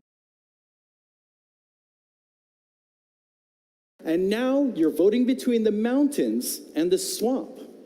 In the first round, the mountains had the majority of the votes, just by a bit. But will it still hold its lead and become the next biome to be updated in Minecraft? You get to decide, so make sure to go to Twitter, make sure you're logged in, and click on that new poll that was just posted to the Minecraft account. This is exciting, folks. Make your mark on the future of Minecraft. So while you're figuring out your final choice for this year's biome vote, let's talk about your favorite game that you haven't even played yet, Minecraft Dungeons.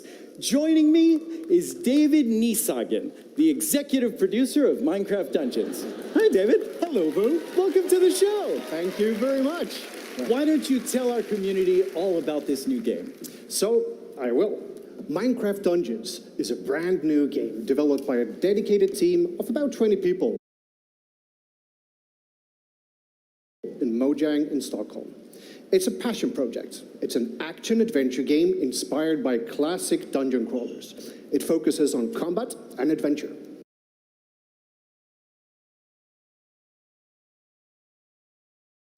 So Minecraft Dungeons has a very different gameplay than the Minecraft we all know and love. The players, they're on a mission to defeat the evil Arch-Illager. They will explore the game world in search for treasure, fight familiar and brand new mobs, and collect cool loot to help them on their adventures. And since every adventure has a beginning, we'd like to show you, for the first time, the opening cinematic for Minecraft Dungeons. It was a time of great adventure and danger. Shunned by his kin, an illager wanders the land, seeking a new home. But all he found was hatred. Driven by rage against those who wronged him, he wandered blind to whatever end.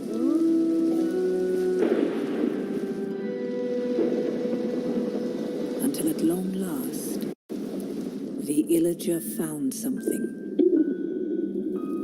that would change him forever.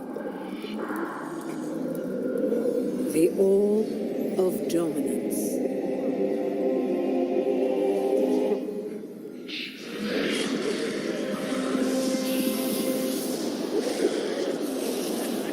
Corrupted by evil, driven by vengeance, the arch-illager made all bow before him.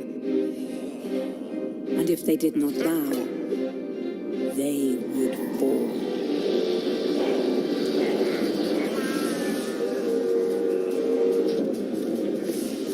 The illagers raided the land. Who would have the valor, the purity of heart, to stand against the arch-illager's reign of terror? Well, not that one. But maybe you.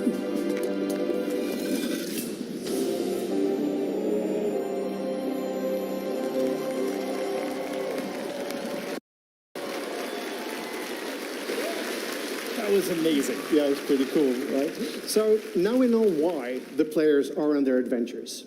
Now, the game is designed to be fun to play together with your friends, and we'd like to show you just that. You all know Masuo, and we also have the game director from Minecraft Dungeons, Måns Olsson, here on the couch. And they will show you how to play Minecraft Dungeons in couch co-op. So what are we seeing here? Yes, so this is actually the first time we show this. This is a brand new level. It's called Creeper Woods, obviously a forest area. I haven't even seen any creepers yet. No, they're further down the line, right? So you see some other mobs here that you should recognize from your Minecraft. You have zombies, you have skeletons, you have all sorts of interesting things. I like that it's just like Minecraft, but different. The gameplay is different, but everything looks familiar. All the behaviors of the mobs are like you would expect them to. There shouldn't be any strange surprises. You should know and understand how things work. But visually, it's quite surprising. There's all these things going on. Yeah, you see those lightning bolts that come from there? That's actually one of the players that have an enchanted sword that does a thundering enchantment. Sometimes you get that lightning strike. What's that llama with the arrow in its head? Oh, that's a nice TNT explosion. Yeah, the llama that's there, that can be summoned by one of the artifacts in the game. You see in the lower right and the lower left, there's like this little hotbar, and to the right you see a yellow symbol. That's the wonderful wheat. Using that summons the llama, and the llama helps you in battle. It spits at enemies. There's even some larger mobs here. Oh yes, some of the mobs to give you a bit more of a challenge. They have more armor and a bit more extra weapons. This is great. Yeah. So as you see, they're exploring. Oh, they used another one of these artifacts. It's called the wind horn, and it pushes mobs away. You can pick up all these sort of cool things on these levels and equip them as you see fit. And also, I'd like to mention that all of these levels are randomly generated, so you can explore them every time you play through the same one. It'll look and feel quite a bit different. So it'll be surprising each time you play. That is correct. So now I think we're approaching, spiders, lots of them. Spiders. Oh, that was a fireworks arrow. Wait, there's a pig with a chest on it. Of course. So we call that the piggy bank. Now, this game genre is all about loot. So if you manage to find one of those and get some help from it, oh wow. Yeah, it drops lots of cool loot. And that you can equip just as you see fit. Now, Måns and Masuo are actually coming up to a rather difficult part, so let's get them some expert help. So, let's welcome Marielle.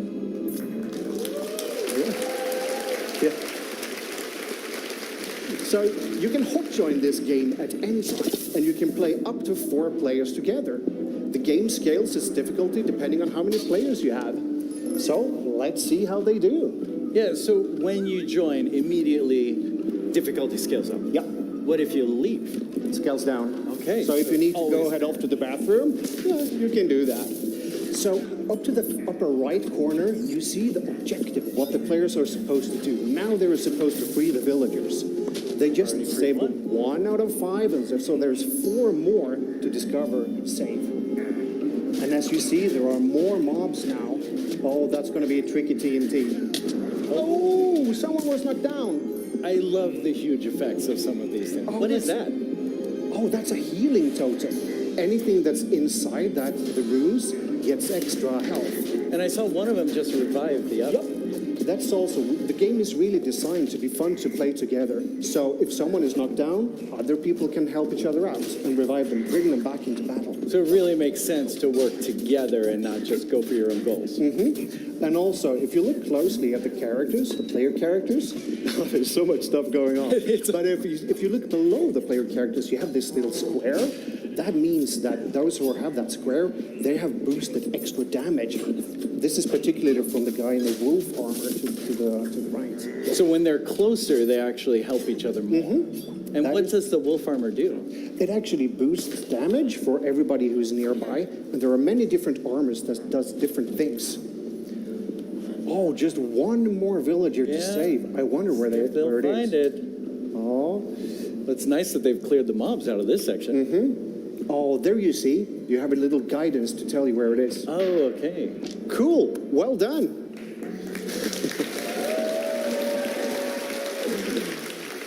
Mons, Masu, and Mariel now save these villagers from the evil arch-illager, but there are many more adventures to be had in Minecraft Dungeons.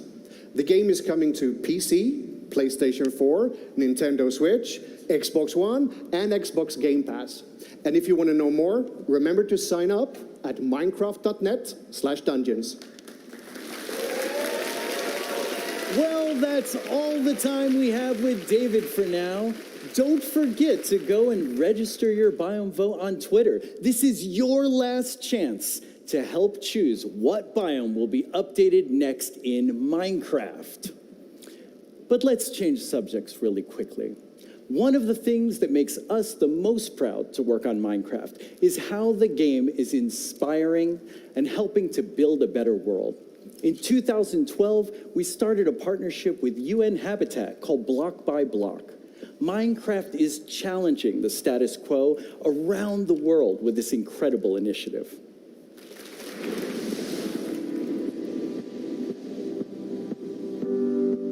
When people are passionate about things, they find a way to use it to make a difference around them. Minecraft introduces people to potential they didn't know they had. We decided and we made the change.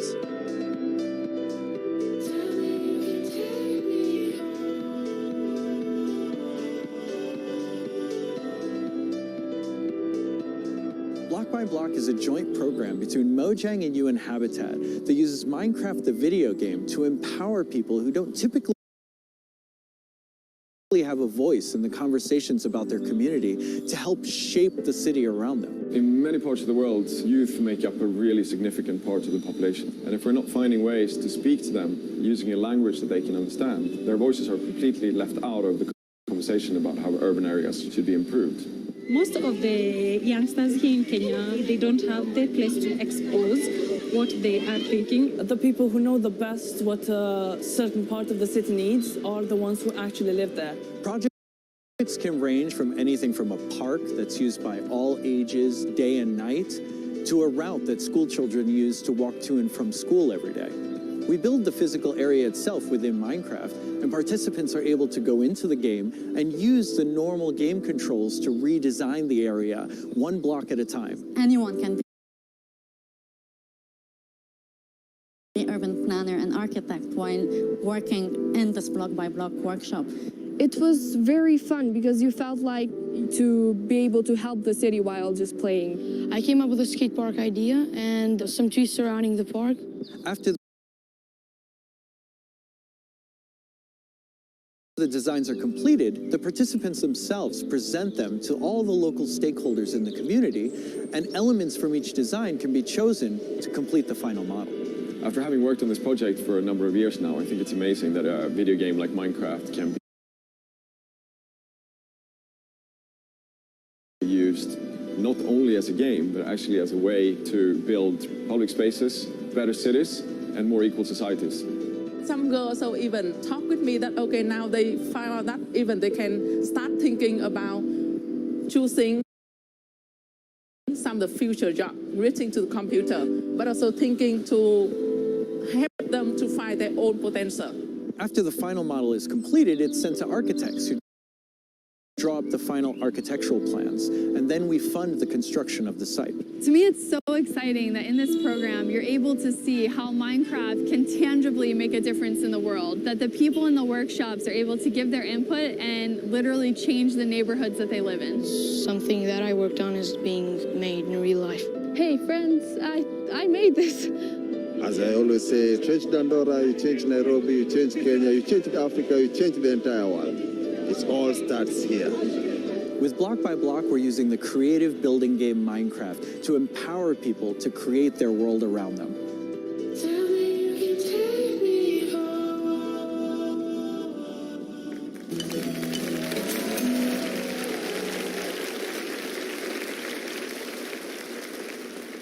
Welcome, everyone. It's time for another Minecraft First, the Triathlon Relay. The co-hosts will be going up against Team Mojang in a game of skill, knowledge, and endurance. You're going to be running, which is why I'm not playing. We'll be featuring 3 different versions of Minecraft, starting with Minecraft Earth, moving to Minecraft Dungeons, and finishing with good old Minecraft. Huge thanks to Everbloom, who created the race map that we'll be playing today. Our teams will take it in turns to see who can be the quickest over all 3, and there may be a few surprises along the way. Let's meet our teams. Here we have team co-host. Hello. Hello.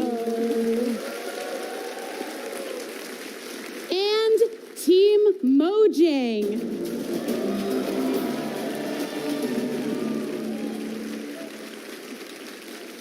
So let's talk about your challenges. Minecraft Earth will be a build battle. Minecraft Dungeons will be a mini level run, and Minecraft will be a race challenge. The aim of each game should be obvious, but I'll be here to help you out if you get stuck. Are you ready, co-hosts? Yes. Please line up. All right. For the build battle, you'll be building a creeper head. Are you ready? Yeah. Go.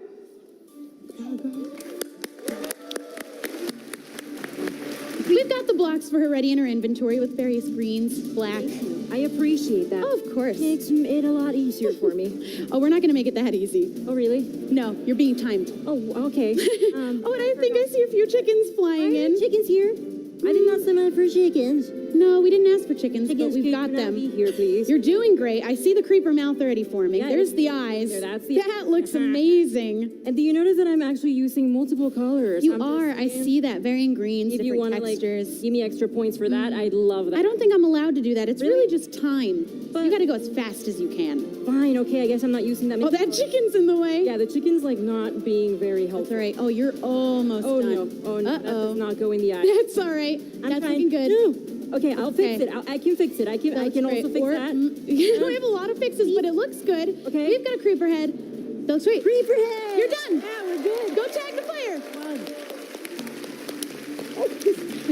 We've got Masso playing on our Dungeons level run. All you have to do is find 2 levers. Two levers. Just 2. Where are the levers? We won't make it that easy, though. There's a good few monsters in here. Hey, don't attack me. Oh, they're definitely going to attack you. But there's one. You've got one. Now you just need one more. One more. Try and get there without dying. No, don't attack me. There's a lot of monsters there to block you. You just got to duck and roll through them. Ooh, there's a skeleton there to stop you. Oh, there it is. I found it. Oh, no. Oh, you just got to click it. Oh, you're stuck. Oh, no. Oh, that's all right. I think you better go tag your next player. You were right there at the lever. I've been to Bishop Temple. That's all right. Go tag Scott. Let's get into the race. Yes. All right, Scott, let's see if you can make up some time in this race. We'll just start the countdown for you. 3, I'm ready. 2, I'm gonna do my 1, best. go. There you go. We just got to run through the... Uh-oh. Those creepers are in the way. They don't look happy. Oh, now you just got to do some parkour to get across. You know how awful I am at parkour. Are you awful? That was great.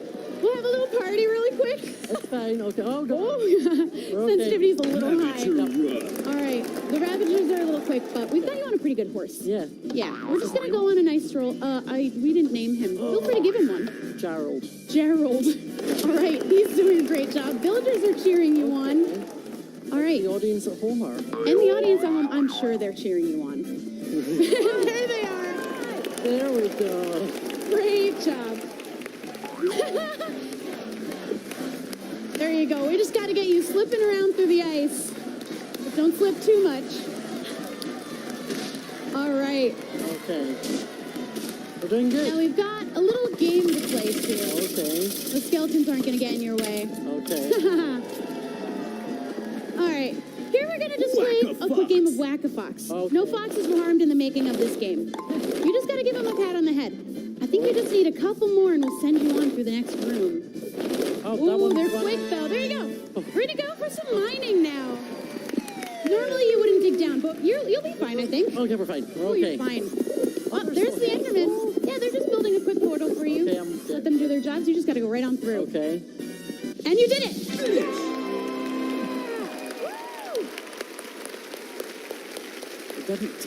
Great job, but I can't tell you how well you did just yet. Now it's Team Mojang's turn. Are you guys ready? Yeah. Yes. Okay. Again, you'll be building a creeper head for the build battle. Ready? Go. We've got the same inventory, same setup. Just got to build it as quick as you can. Because this is all about time. 2, 3, 4, 5. Oh, I see some chickens coming in. Oh. Hopefully they don't get in the way. 4, 5, 6, 7. Ooh, we're counting. Oh, yeah, I know This is how to going to be keep accurate. These are the experts, after all. Right. You make the frame first. Very good technique. Now, Zombies aren't supposed to be there. Yeah, don't get in my way, man. I got a job to do. They're bumping into each other. They're fine. Great. Okay, as long as All right. We see the mouth. Stay That off looks my mouth. great. Oh, there's a mistake. We'll That's all fix right. that. Okay. Now we're going to get some eyes. Okay. We're filling in the face, and all you got to do is fill in the rest with green. That's right. Yeah, I went for a single color as a simple creeper. That's smart, because we're all about time right now. This Exactly. is a race. All right, so we're just filling in. Filling the in gaps. right between. Oh, no! What did you do?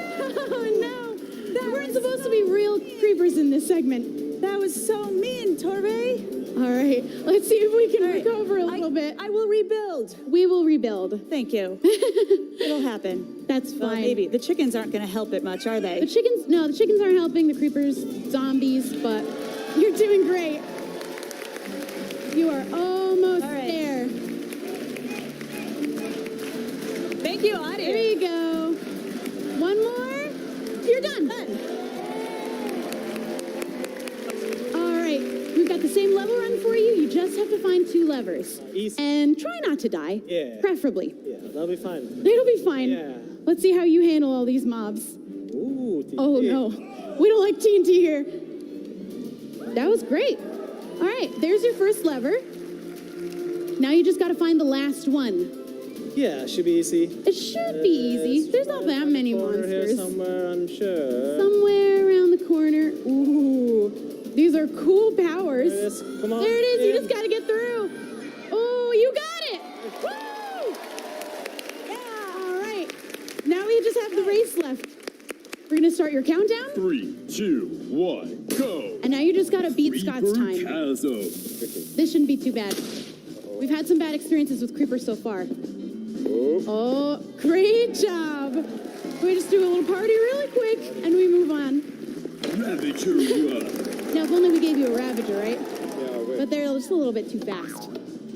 Okay. We're just going to go on a nice breeze, nice walk, bounce you around just a little bit. There we go. We got the creepers cheering. The audience is cheering. Woo! Now we're going to just a quick trip through the nether. I don't think there's any ghasts in here. All right. Go. And now we're just going to cool you off real quick in here. But the ice is just a little bit slippery. So let's see how quick you can slip right through this section. There you go. Don't get too dizzy in here. All right. Skeletons taken care of. Now we're going to play Whack-A-Fox.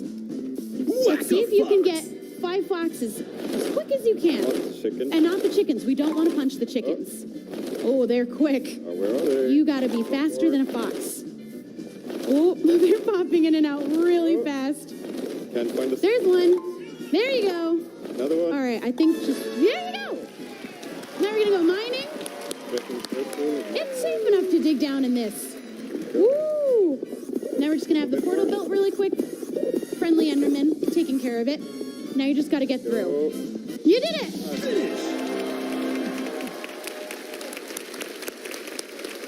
You guys did great. Why don't you gather around? We're going to see who won the first ever Minecraft relay.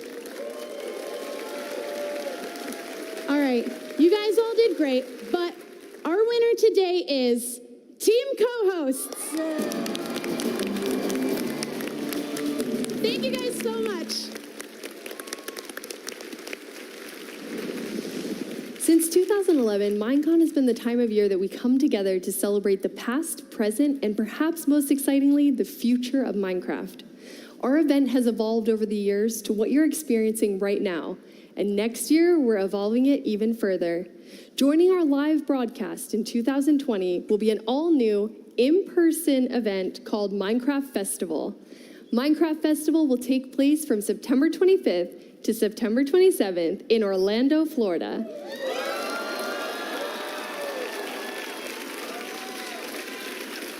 I'm pretty excited as a Floridian. You can expect interactive exhibits, inclusive gameplay, competitive tournaments, live entertainment, creator and community panels, and more. To sign up for more information, please head to our website. Very exciting. And now, please welcome to the stage, Agnes and Jens.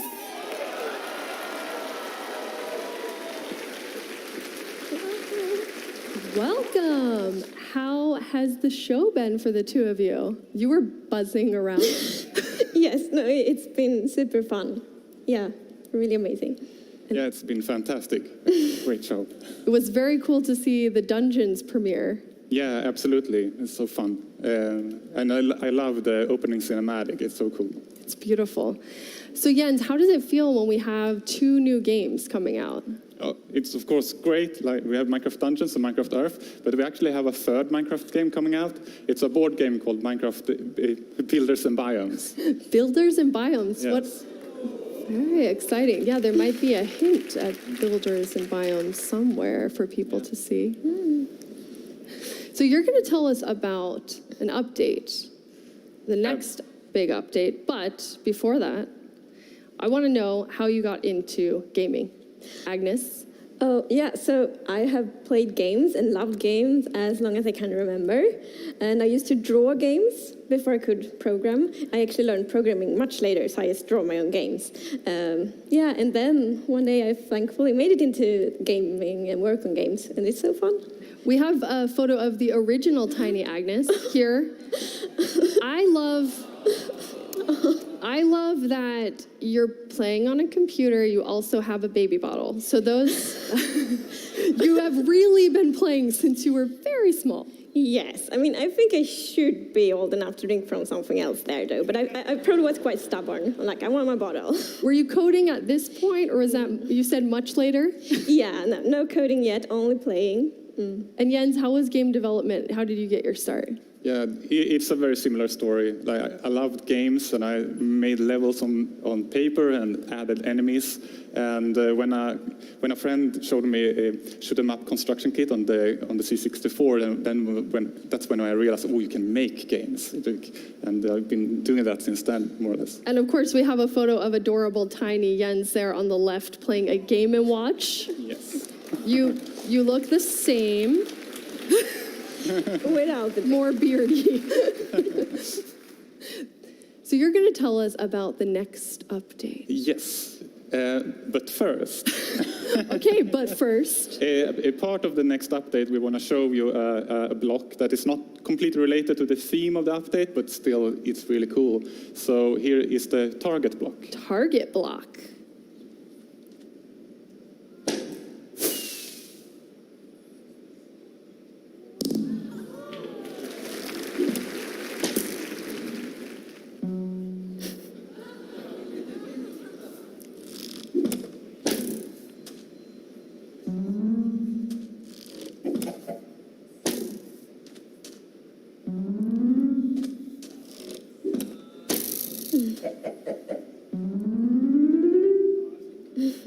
Ooh.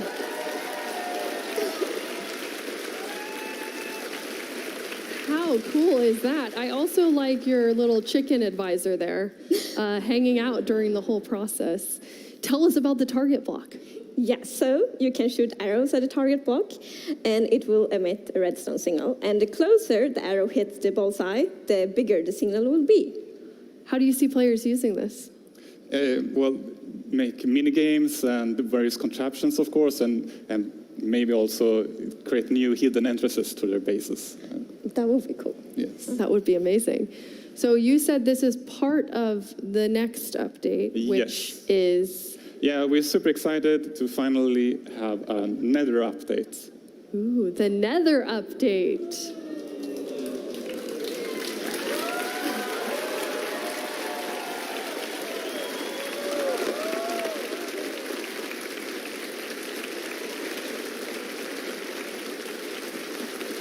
So the Nether hasn't been a place that's very livable, and that is all about to change. So how is that changing? I mean, well, it will still not be easy to live there. Okay. But you can. So we want players to be able to have a base there. So for example, you can set your spawn in Nether, you can find food in Nether, but it's still really a dangerous place. Food in the Nether, so that means there's something... Well, it's a new mob, and we will talk more about it later. Okay. So first... Yeah, of course. We also wanted to make sure that there's more things to explore and yeah, more things to find and more things to do. So we wanted to introduce biomes to the Nether. Yes, so we will actually show some of them today, and the first one is the Soul Sand Valley. Soul Sand Valley.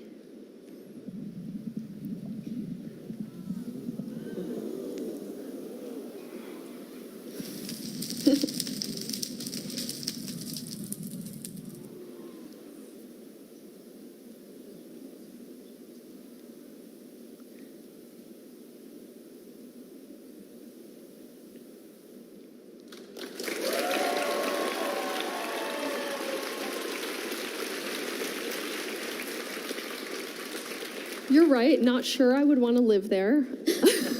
Well, depends on what you prefer. What's happening in Soul Sand Valley? It looks incredible. Yeah, so I would say this is a scary biome. It's quite barren, and it has this blue fog and the blue fire, which is a new block. Or actually, if you place fire on a soul sand, it will now turn blue. And it's also like the stalactites and visible fossils. And you'll be able to take the soul sand block, and that will work in any of the Yeah, dimensions. absolutely. That is very cool. I bet people will do really amazing things with blue flames. You did say biomes, so we have another biome to look at. What biome is that? It's the Nedward Forest.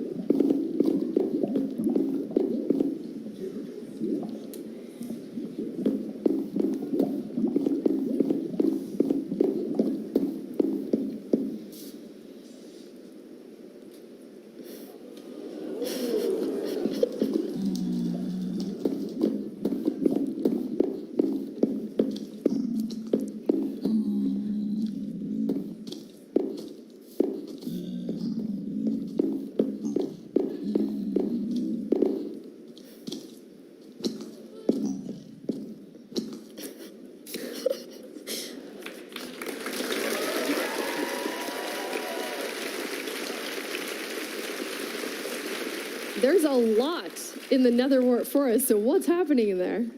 Lots of things. So yeah, as you can see, it's two variants of it. So the red one has quite a very alive atmosphere in its own very weird and nettery way. So it's like swirling particles and a lot of vegetation. It's very dense, so like the players should get lost in there. And then we have the blue one, which has a very a unique atmosphere. It's like even more weird, if possible. And it has just the particles of it's falling and lots of new blocks, lots of new vegetation. How did you decide on the colors? Because it's so different than the look of the nether when you add these biomes. Yeah, when we wanted to make sure that when you explore, you get a more variation and more than just red and yellow. And we were thinking about how the overworld is much green, blue, and gray, and then this black, purple, and yellow. So we were thinking, how can we add more color depth to the nether that kind of creates a good feeling for the nether still. It's really beautiful, but you said it's going to be just as hard. So even though this looks quite, like an oasis, it's not going to be?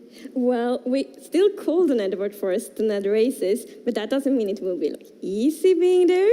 So there will be, for example, a new hostile mob, and I think we could show it now, and we temporarily call it the piglin beast. Piglin beast.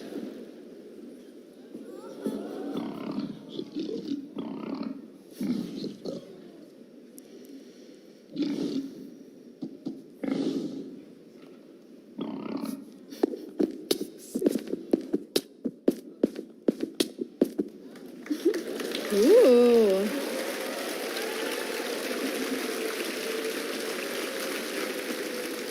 So you said we're temporarily calling it the Piglin Beast. What does that mean for everyone? So we would actually love to get suggestions from the community on a better name. So please, if you have any suggestions, send them, and then we can pick the name later. And what happens with this new to-be-named Piglin Beast? So the to-be-named Piglin Beast is really aggressive, so it's quite scary, but it's also the food source in Nether, actually. And so we really want the experience to be very unique in Nether. It shouldn't feel like another overworld. So when you get your food, you can't just have like a pretty little farm. Instead, you need to find this scary, aggressive Piglin Beast and get the food from there. And this is the first time you have a food source in the Nether?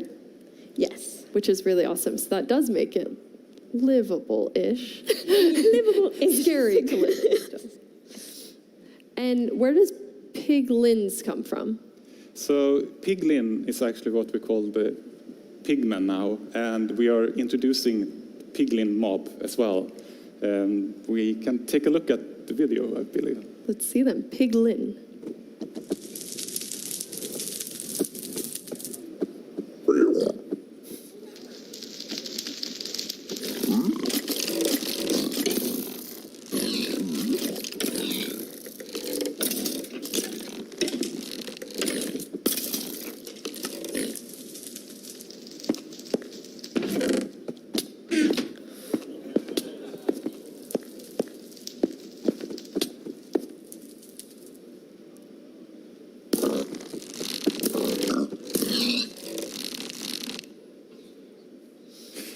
Ooh.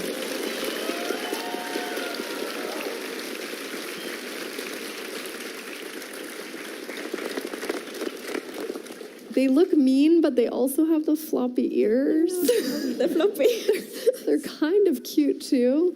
Yes, sorry, but yeah, there's a lot of going on in this video, but at the core, the piglin is almost like a new civilization that we add to the Nether, and they are actually hostile towards the player. They also don't like wither skeletons, and they hunt the piglin beast for food as well. Wow.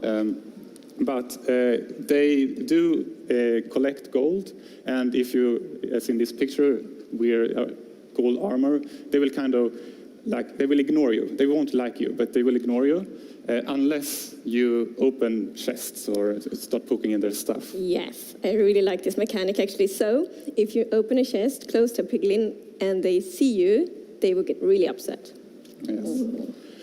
But there's actually a good reason why the player wants to approach the piglins, because we will introduce a new kind of trading with them that we call bartering. But it's a little bit different to villager trading. Yeah, because villager trading, the villagers are like, very friendly. The piglins do it in their own way. So it's like you can throw some gold at them and they will just like throw an item somewhere and then you can go pick it up. So it's more piglin style trading. That's amazing. So will there be new things that they're going to barter with you? It will, but we will not tell what you can barter yet. Okay. So new things coming to the nether. That is a lot of nether things coming.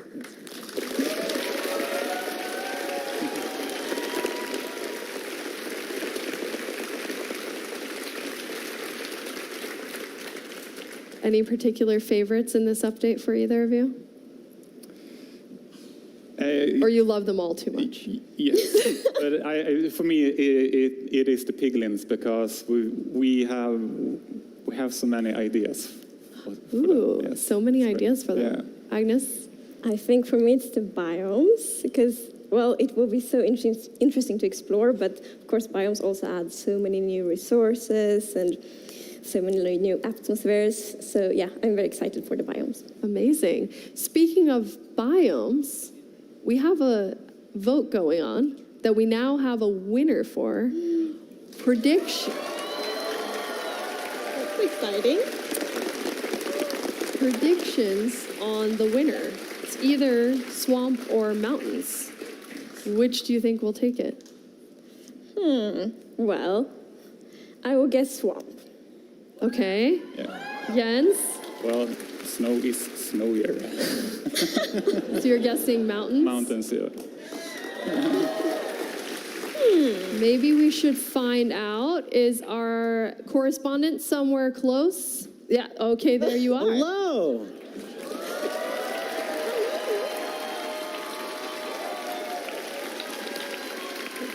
I have the vote right here. They have tallied it. They have double-checked it. Who's going to do the honors? I think it's Jens's turn.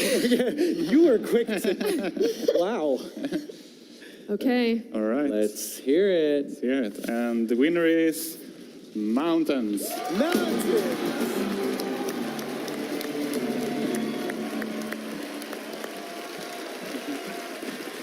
That is amazing. How does it feel with the mountains? It's great. Absolutely. Yeah. It's It is also a lot your of fun. prediction. His prediction, yes. Can you remind us what we'll be getting in the mountains? You will get goats, and you will get a new kind of snow. Yes. Yes. And we'll also look into like the generation of the mountains to give them a more majestic feel. Yeah. Ooh.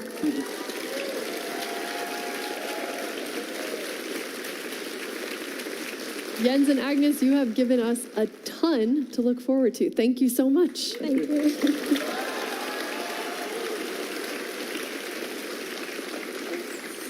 It's been a show packed full of announcements. And to answer some of the questions that have been coming in live during the show, stay tuned for a developer panel that begins right after this. But first, let's take a quick look at what's happened over the course of this show with so many updates.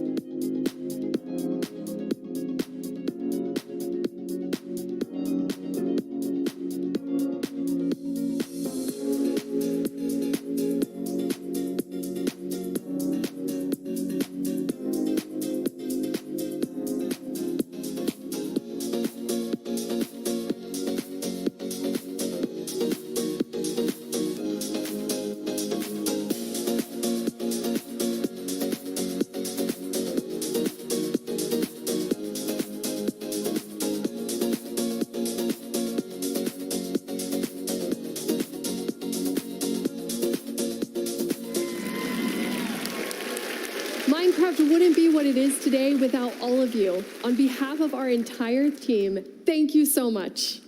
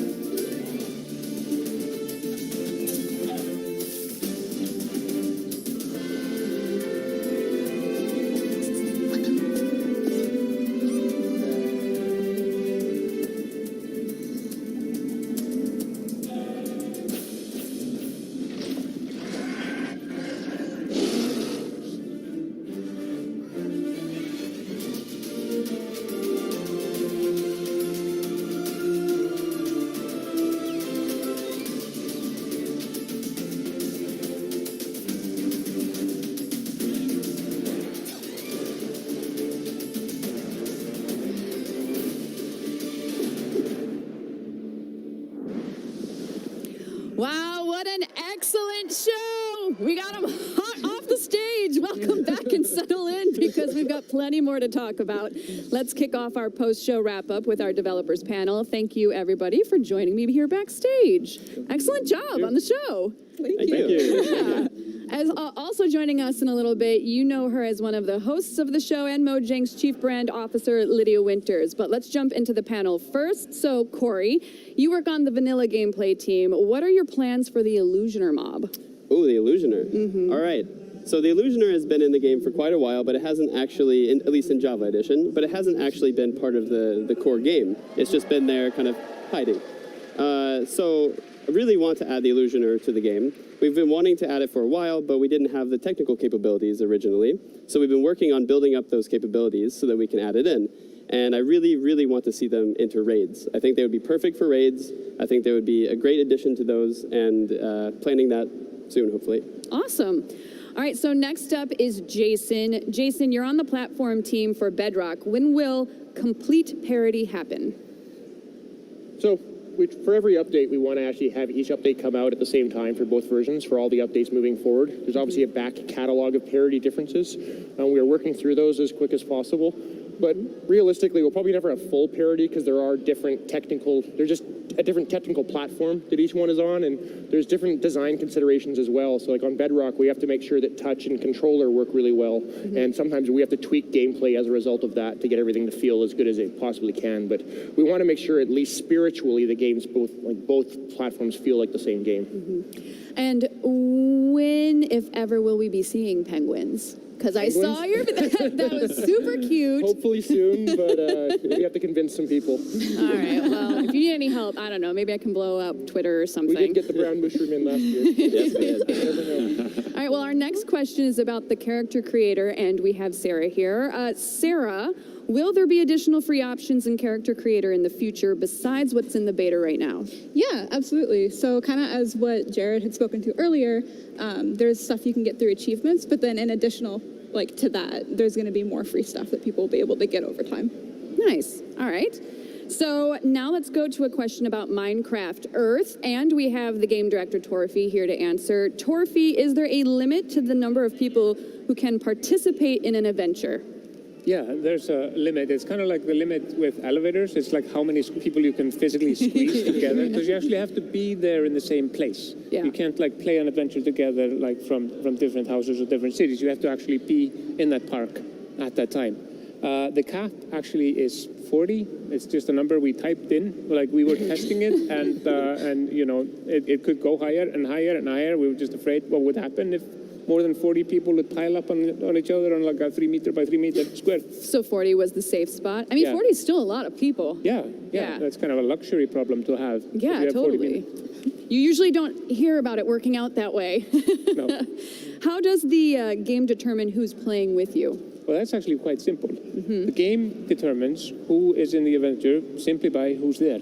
So if I'm in that park at that time, now remember or not remember, I haven't told anyone, but now you can remember after I tell you now, that the game spawns the adventure, let's say, in your park, and it's only there for like 10 minutes.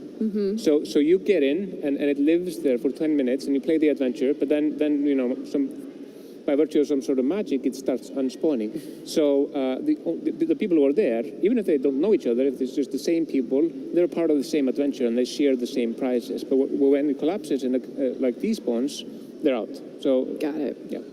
Okay, interesting. All right, so we also have the game director for Minecraft Dungeons here, Mons. Mons, do you have a favorite ability in Minecraft Dungeons that we should look forward to? Sure. So the way abilities work in Minecraft Dungeons is that they're kind of separated between artifacts that you have in your hotbar, they have a cooldown, and then there's the enchantments where you invest points that you get as you level up into gear. So I think combining those gives some really interesting gameplay. So I'm the type of person who likes to play an archer character, take out enemies from a distance. So combining the multi-shot enchantment for bows, which lets you kill a bunch of mobs at once, and then using the fireworks arrow to sort of get fireworks all over the screen, I think that's really fun. That's super cool. All right, so let's now get into some vanilla gameplay questions, this time for Agnes from the vanilla gameplay team. Agnes, why are there no female villagers? Okay, yeah, so the reason is that we actually don't have any genders at all in Minecraft. I mean, I am aware of that the existing villagers do look quite much like men, but they are not actually. It's more for historical reasons that look like men.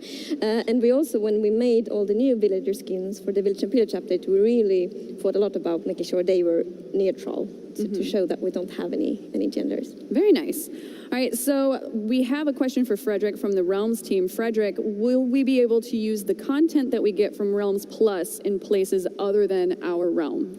Yes. Like the content that is included in Realms Plus is it's available just as any other marketplace content.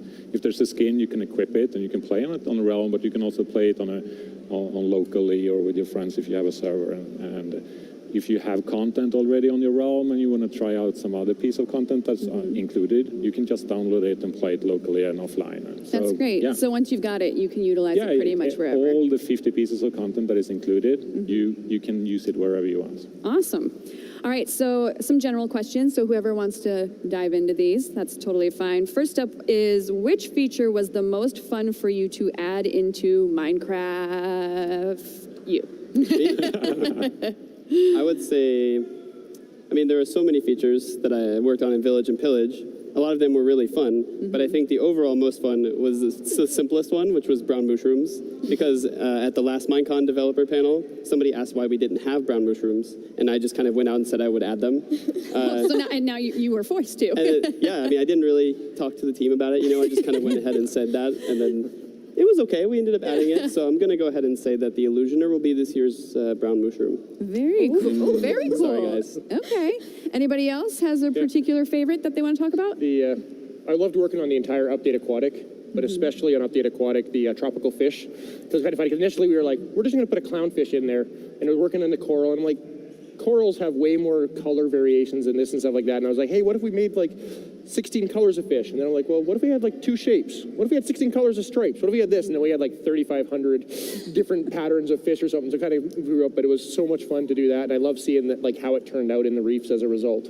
Personal question off the top of my head, just because I'm curious about this, but there's so many options in order to build things and be creative in Minecraft. Do you ever find yourself having to pull back? And then if so, how do you make those decisions? Yeah, so just the easy one off the top of my head, y'all. That's how good I am.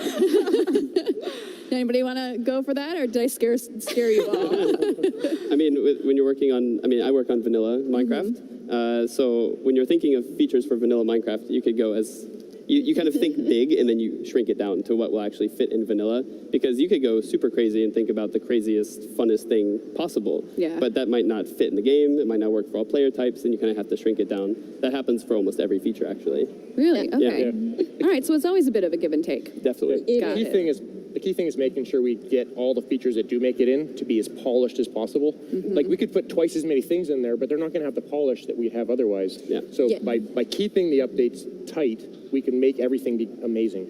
Yeah, and I would also say that it's also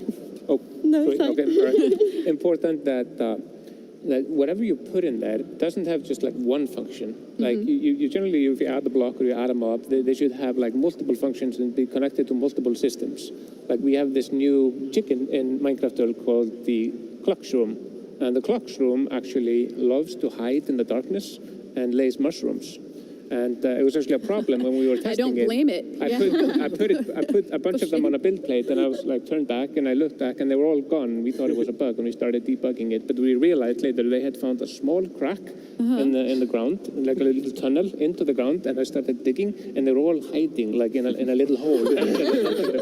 Because they're ashamed that they're laying mushrooms. I think to Tofi's point as well, so we really think about when we add these things, like you have with the Clockshroom, and like when we add things to dungeons, about how it fits into Minecraft as a whole, right? So we have loads and loads of ideas, obviously, and they all go into sort of a phase of pruning, and then we take the things that feel like they really belong in the game, and then we add those. Very cool. Agnes, did you want to finish your thought? And then the next question actually is for you too. Okay, no, sure, but I can finish this one. No, so, yes, related to this, we work a lot, very iterative and with prototypes, and to make sure that it's actually fun in-game. So we make sure to implement all the things very early so we can test in-game and then decide based on how it feels in-game, what should stay in the update and what should be removed. And it's also not a failure if we, for example, remove a prototype. That's part of the process to make sure that we really have fun things that we deliver.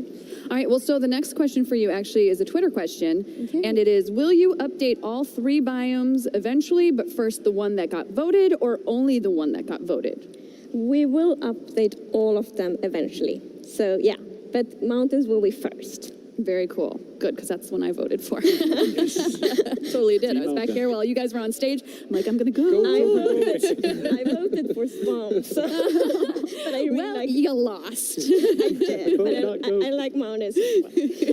I can finally I've been working on this, the Shining Hotel, that Overlook Hotel, for like 2 years now. And now that the mountains, I'm going to wait until the mountain update comes out, and then I'm going to bust out with it. I'm very excited. All right, so moving on, less about me, more about you guys. This is to everybody as well. What is the funniest bug that you've ever encountered? Kind of going off of what you were saying about the collection rooms. There was one in the character creator for a while where, when you loaded up the game, for whatever reason, they would blink, and then it would get faster and faster and faster and faster, just constantly blinking. It was the most oh my God, they're possessed now. It was frightening. That sounds amazing. You should have left that in. I know, right? It's definitely a feature, especially in the lineup of 5, on the carousel. Yeah. It was so bizarre. That's super creepy. I love it. Anybody else has a favorite? When we were bringing the animation system into Bedrock, all the pigs, all of a sudden, they kind of rotated their whole bodies this way, and their head was on the ground. It kind of looked like a pink vacuum cleaner. And they were running around the world like that with their head scraping the ground. It was the funniest thing. I really like all this, yes, when the mob's models gets weird, which they kind of always get when we add a new animal to Minecraft, because it's, at least in Java, it's super tricky to add them. So it's often the head is there, and the legs are up on the back, and it just looks super weird, and they walk around. Has there ever been a bug that you guys have run into that you liked so much that you just left alone? Oh, yes. All the time. All the time? We have a thing in dungeons where so the arch illager sometimes appears and disappears, and it does that by kind of getting really small and then getting bigger again. And so we had this bug where if you shot him while he was really, really small, the arrow would scale up with him. And suddenly when he's big again, there's this giant arrow shooting out of him. And now in the game we have an enchantment called growing, so if you shoot, the arrow kind of gets a little bit bigger. Oh, that's cool. No, good problem solving. All right, so this one is for everyone, and it also is from Twitter. What are your favorite mobs? Ooh. Okay, I actually might be a weird answer, but I really like sheep. That's totally lit. That's fine. Yeah. And I like when I play myself. I think, well, maybe except horses, sheep as mobs I have most. Like in my big town I'm building, and I'm using a lot of color their wool, so I can build funny, colorful buildings with it. Is that what attracts you to the sheep as the mob? Like, what is it about the sheep that you like? Well, I mean, they are cute, but yes, it's the wool and that you can color it. I really like that. Very cool. Anybody else has a There's one fave? that I think is amazing, which is part of the new mobs from Minecraft Earth, and it's unannounced, so I'm not going to talk about it. Maybe that's the next poll for next year is which mob do you think was Torfy's favorite? Poll for next year. We've got it figured out. All right, so here's a good one. Where do you guys see Minecraft going in the next 10 years? So we want to continue update Minecraft for many years, much more than just 10 years. So I think we will continue probably to have these major updates, 2 updates here approximately, and then just continue. And then of course we need to make sure to always keep Minecraft Minecrafty, and that's something we think a lot about. Yeah. As soon as we add anything or just fix a bug, we always need to think so we don't like break the magic of Minecraft. No, I think that's brilliant. We were actually talking yesterday about how at this point Minecraft is pretty iconic. So I feel like it's, it's here to stay and it's always going to remain relevant. Does anybody else have any specific things that they think are going to Minecraft in 10 years? I mean, you're in a unique position because you've got dungeons, and that's a whole different ballgame of sorts. So from our perspective, I'm excited about all the new games coming out. Both Earth and Dungeons, I think, are exciting, and I'm looking forward to that happening. But I'm also looking forward to updating Dungeons over time. So we'll launch it, but then we'll keep updating it as we go, just like we do with regular Minecraft. Not to put you in the hot seat, but what's the pressure been like knowing that you're taking such a beloved game and kind of shifting gears with it in a different direction? You're like, it's been the worst. Yeah. it's certainly a little spooky. And it's something that we think about a lot as we make it. But we have the luxury of sitting right next to the vanilla team. So if we need to sync with Agnes or Corey or Jens, we just walk over there and do that. And that's tremendously useful for this. Yeah, we actually collaborate a lot on the design. So we have, we sit next to each other, but we also have weekly things where we talk through all design questions that come up and inform each other. So we're really synced, which is really good. There you go. Just like Minecraft, you need to learn how to collaborate in order to build great things. Oh my gosh, hired me for your PR. All right, so Torfy, this one's from Twitter. What will Minecraft Earth be like for those in rural areas compared to those in cities and suburbs? Well, that's a good question. So Minecraft Earth has, these features that we looked at, the adventures and the build mode, but in order to go out and find the adventures and to collect blocks, you have to walk, basically use your feet. And there's a map, and we used OpenStreetMap, which is like an open source database, which is a really amazing map of the entire globe. So in order to pick the places where we put the content, we didn't choose the path that other games have gone to have players go out and promote areas, because what happens then is it's mostly places in big cities or in bigger towns. But OpenStreetMap literally has a map of every small town in the world.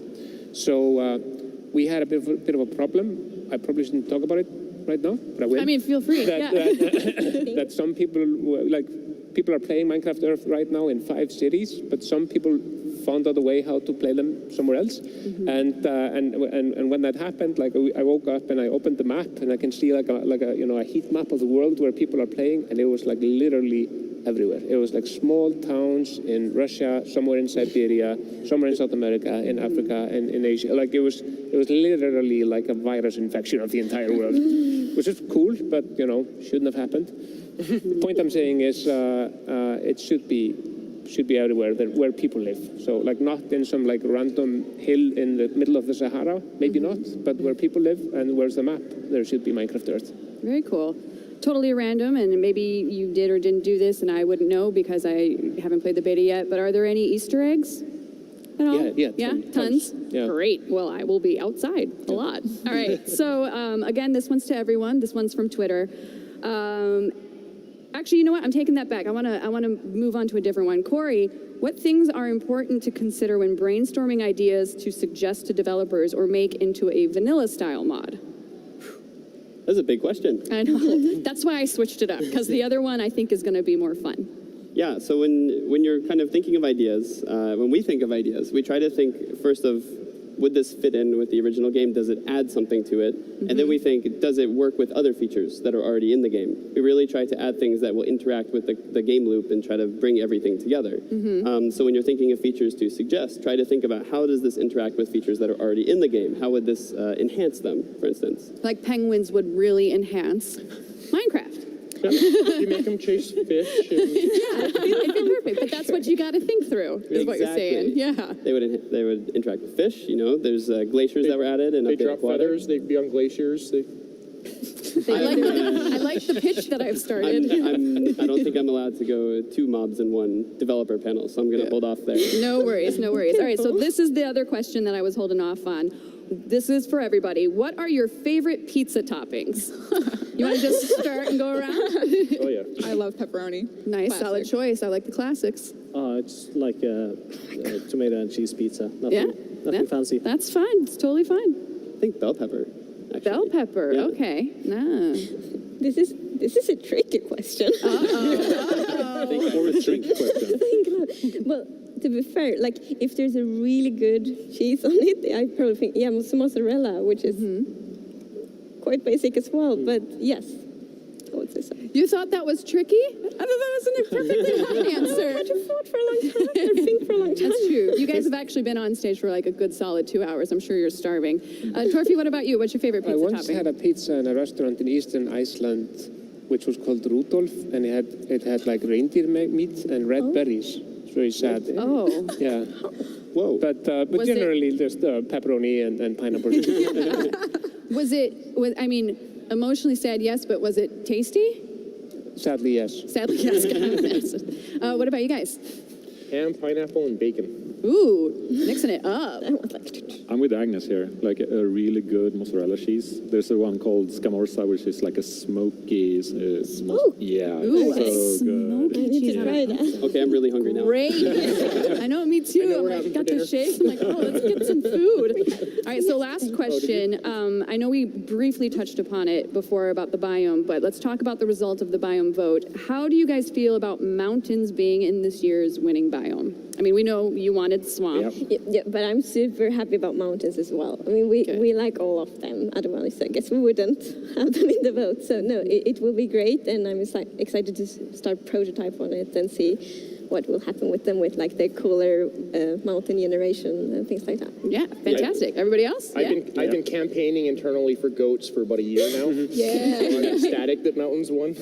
Yeah, and I think goats. I think that one of the best things about vanilla is that we've been doing recently is taking the features that have been there for a long time and then kind of updating them. So it'd be really nice to give a fresh coat of paint to the mountains. Fantastic. You guys too? Are you on board for the mountains? Yeah, 100% all on, Team Mountain Goat. You're like, I'm in a dungeon. I don't. Yeah, I think it'll be good. I'm a little bit sad about not seeing the frog, but yeah, The frog was cute. You will. All right, that's a solid point. The frog was super adorable. Well, thank you guys so much for joining me, and congrats again on such an excellent show. You did an amazing job up there, and I'm looking forward to seeing the new updates.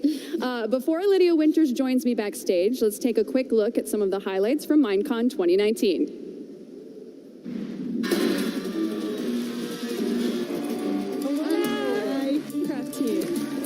And growing the crops.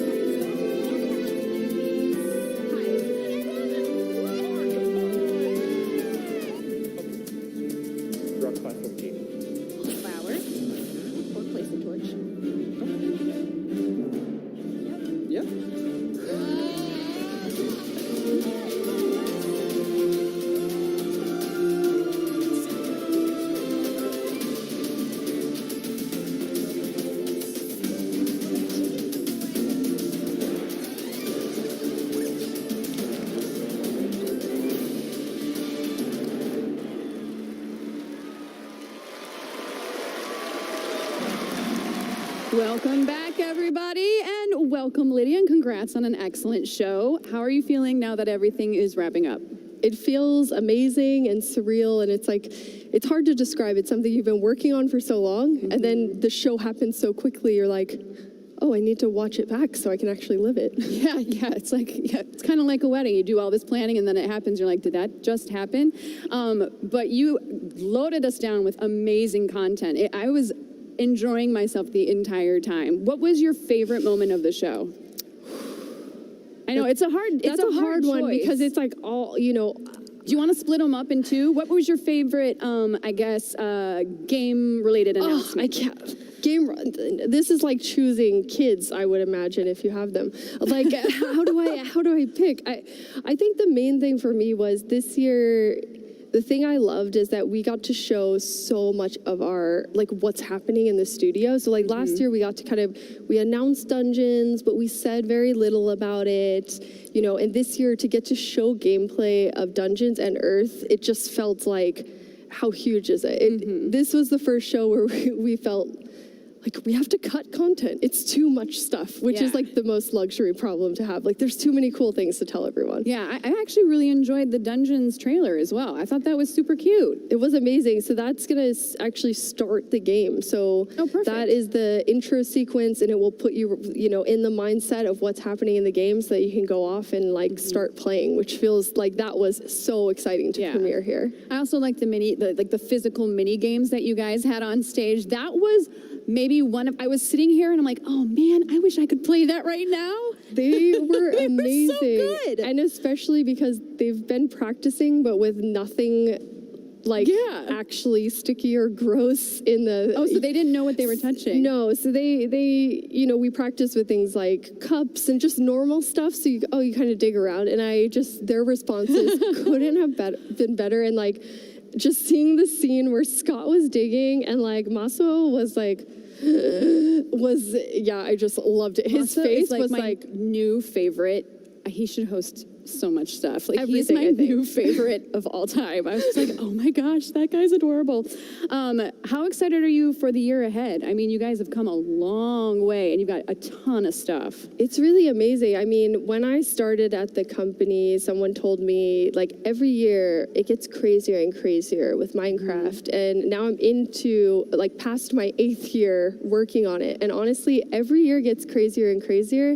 I don't think 2020 is going to slow down when we launch 2 new games. Do you ever get 3 with the board game? Do you ever get a chance to kind of, when you come out with so much content, to sit back for a little bit and just kind of take a breath and assess and just enjoy what you've made? Or is it immediately back to the drawing board because, you know, Minecraft being what it is, there's always the demand? I feel like this might be that only moment that I have. Like right now, sitting this very and like second. enjoying it, and then we'll all, you know, we'll start talking again like, oh, next year we can do this because that worked really well. And it's just, you know, when you work on something that you love and are super excited about it, it's hard to not do it. Awesome. Out of the voting, was the mountain biome your personal pick, or which one were you rooting for? I'm from Florida, so I was a bit biased towards the swamp. But at least we'll have Minecraft Festival in Florida, so, you know, we can have mountains in Minecraft. So I'm glad you brought that up, because that's a perfect transition into my next question about the announcement of Minecraft Festival 2020 being super exciting. What are you most looking forward to there? I think it's always awesome when we get to spend time with the community because our players are so important to us and at the heart of everything we do. So when you get to be around people who are so excited about Minecraft, it's very, very contagious. So I think it's something that we missed getting to meet with people, and now to combine sort of the original Minecon of having an in-person thing with this amazing show and really think about how do we take everyone on a journey. So I'm really excited about it. And it's in Orlando, so again, you know, back to my Florida roots. Yeah. So my mom is very happy. Oh, awesome. You're going to hang out with the parents. They'll just be happy to get to come. That's fantastic. Well, thank you so much for joining me in the after show. To the folks at home, thank you for joining us backstage today. I've had an absolutely wonderful time bringing you a little peek of what's to come for Minecraft. It has been an excellent Minecon Live 2019, and we look forward to seeing you all next year. Have a good one, and bye. Bye. Thank you. Bye.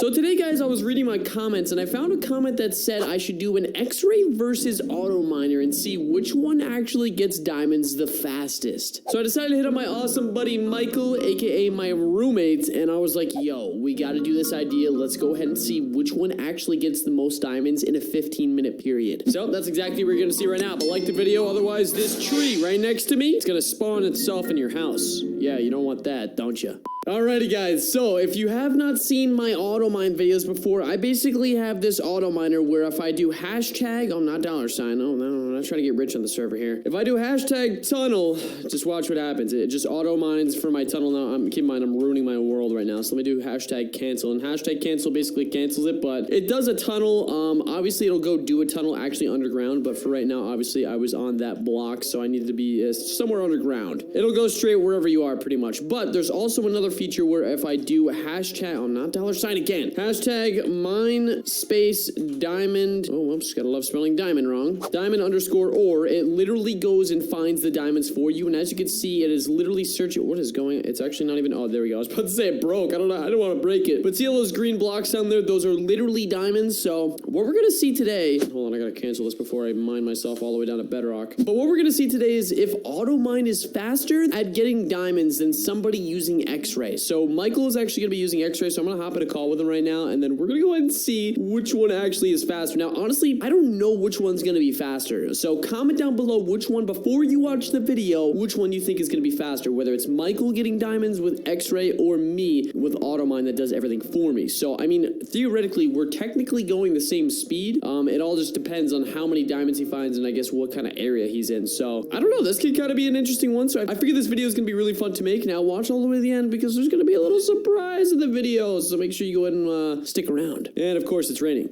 Antonio, you are looking mighty fine today. How are you doing today, buddy? Thanks, sir. We're doing pretty good here. What about you, bro? Or bro, brow? honestly, brow. Oh, no, I'm sorry, I'm tired.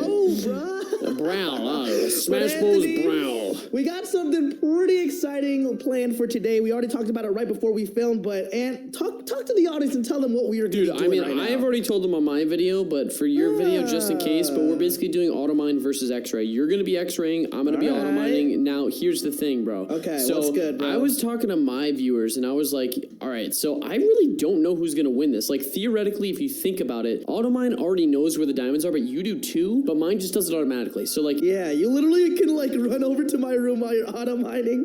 Look at me, look at me. So I'm thinking what's gonna happen is it's gonna be all based upon, like, luck and, like, I guess how many diamonds are close by your vicinity. Because, like, think about it. You mine, and this thing mines the same speed as, like, yours, technically. It's just doing it for me. So I'm actually kind of curious to see, well, like, what happens here, bro. Not gonna lie. Okay, wait. So before we actually started filming, I might have added something to my pickaxe to make it a little bit more fair, since you could just sit there. I added efficiency to my pickaxe and as well as fortune, but I feel like that makes sense just because, like, look, you don't even have to do it. Please tell me you have your other pickaxe, bro.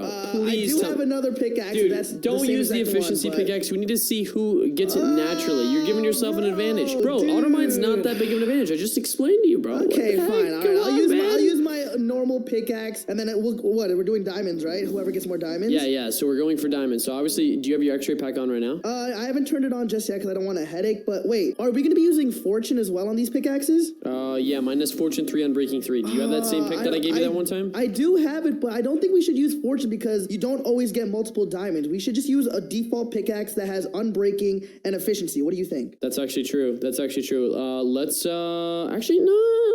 Yeah. Actually, you're right. Here, let's go back to the house real quick and cut back in a second. All right, guys. So we got some picks. Michael gave me an unbreaking 3 efficiency 5 pick, and all I'm saying, bro, is I'm ready. I don't know about you. Okay, wait. So before we actually start your auto mine, what I'm gonna be doing right now is turning on my X-ray, and then we'll do a countdown. And then how long do you want to do? Like 15 minutes? Yeah. So here, let me actually get my phone ready. We're gonna do 15 minutes. All right, and you've set up the timer. I've turned on my X-ray. I can already see some diamonds.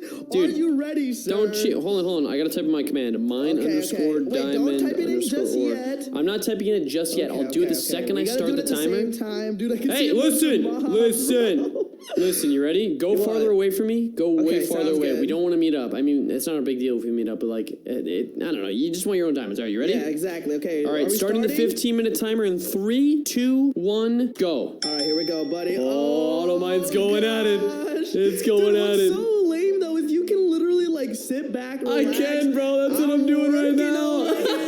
I'm literally working. Dude, I'm actually kind of scared though, because like I'm looking right now at like where the diamonds are, and I only see like 1, 2, 3, 4, 5, 6, 7, 8 veins. 8 veins that are like directly below me, and none around. So, Wait, like, okay, so can you like see the diamonds within the auto mine? Like it highlights it? Yeah, so basically the way it works is like every other block is like red, like it shows the path to like the first set of diamonds or to the every other diamond, and you see all the other diamonds that are green and they're like floating around. So it's pretty interesting, good, bro. Oh my gosh. Okay, which way are you mining right now? I'm going going south. Southwest is where I'm going right now. Oh I'm going my west. gosh. I'm going This west. X-ray is insane, bro. Oh.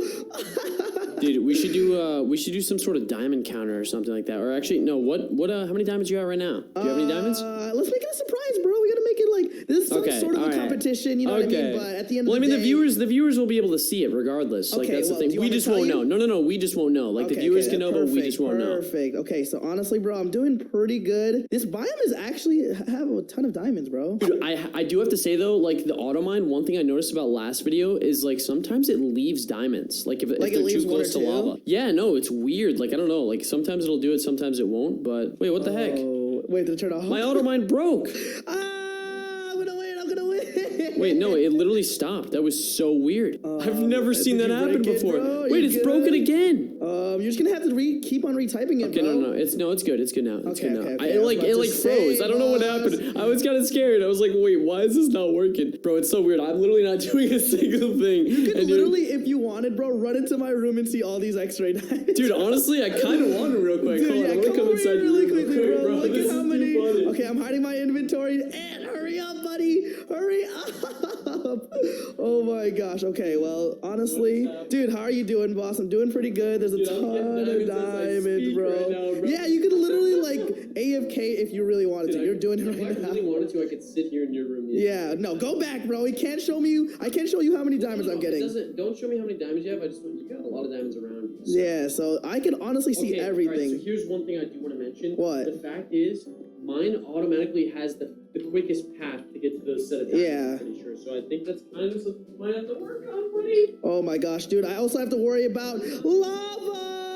But it's okay. I think I should be good. Let me just do that really quickly. Oh gosh. Hey, are you back at your computer, Bro, boss? it's still mining away. Are you good, bro? Are you good? I'm not even at my desk yet, bro. Okay, hold on. I'm making sure I'm not dying The timer's currently at these 12 lavas. minutes now. Okay, I see 12 Wait, minutes. why is my headset not working? Oh, thank God. I thought it wasn't working for a second. broke it? Oh, I was scared. Okay, oh my wait. God, Does bro. your auto mine avoid lava too?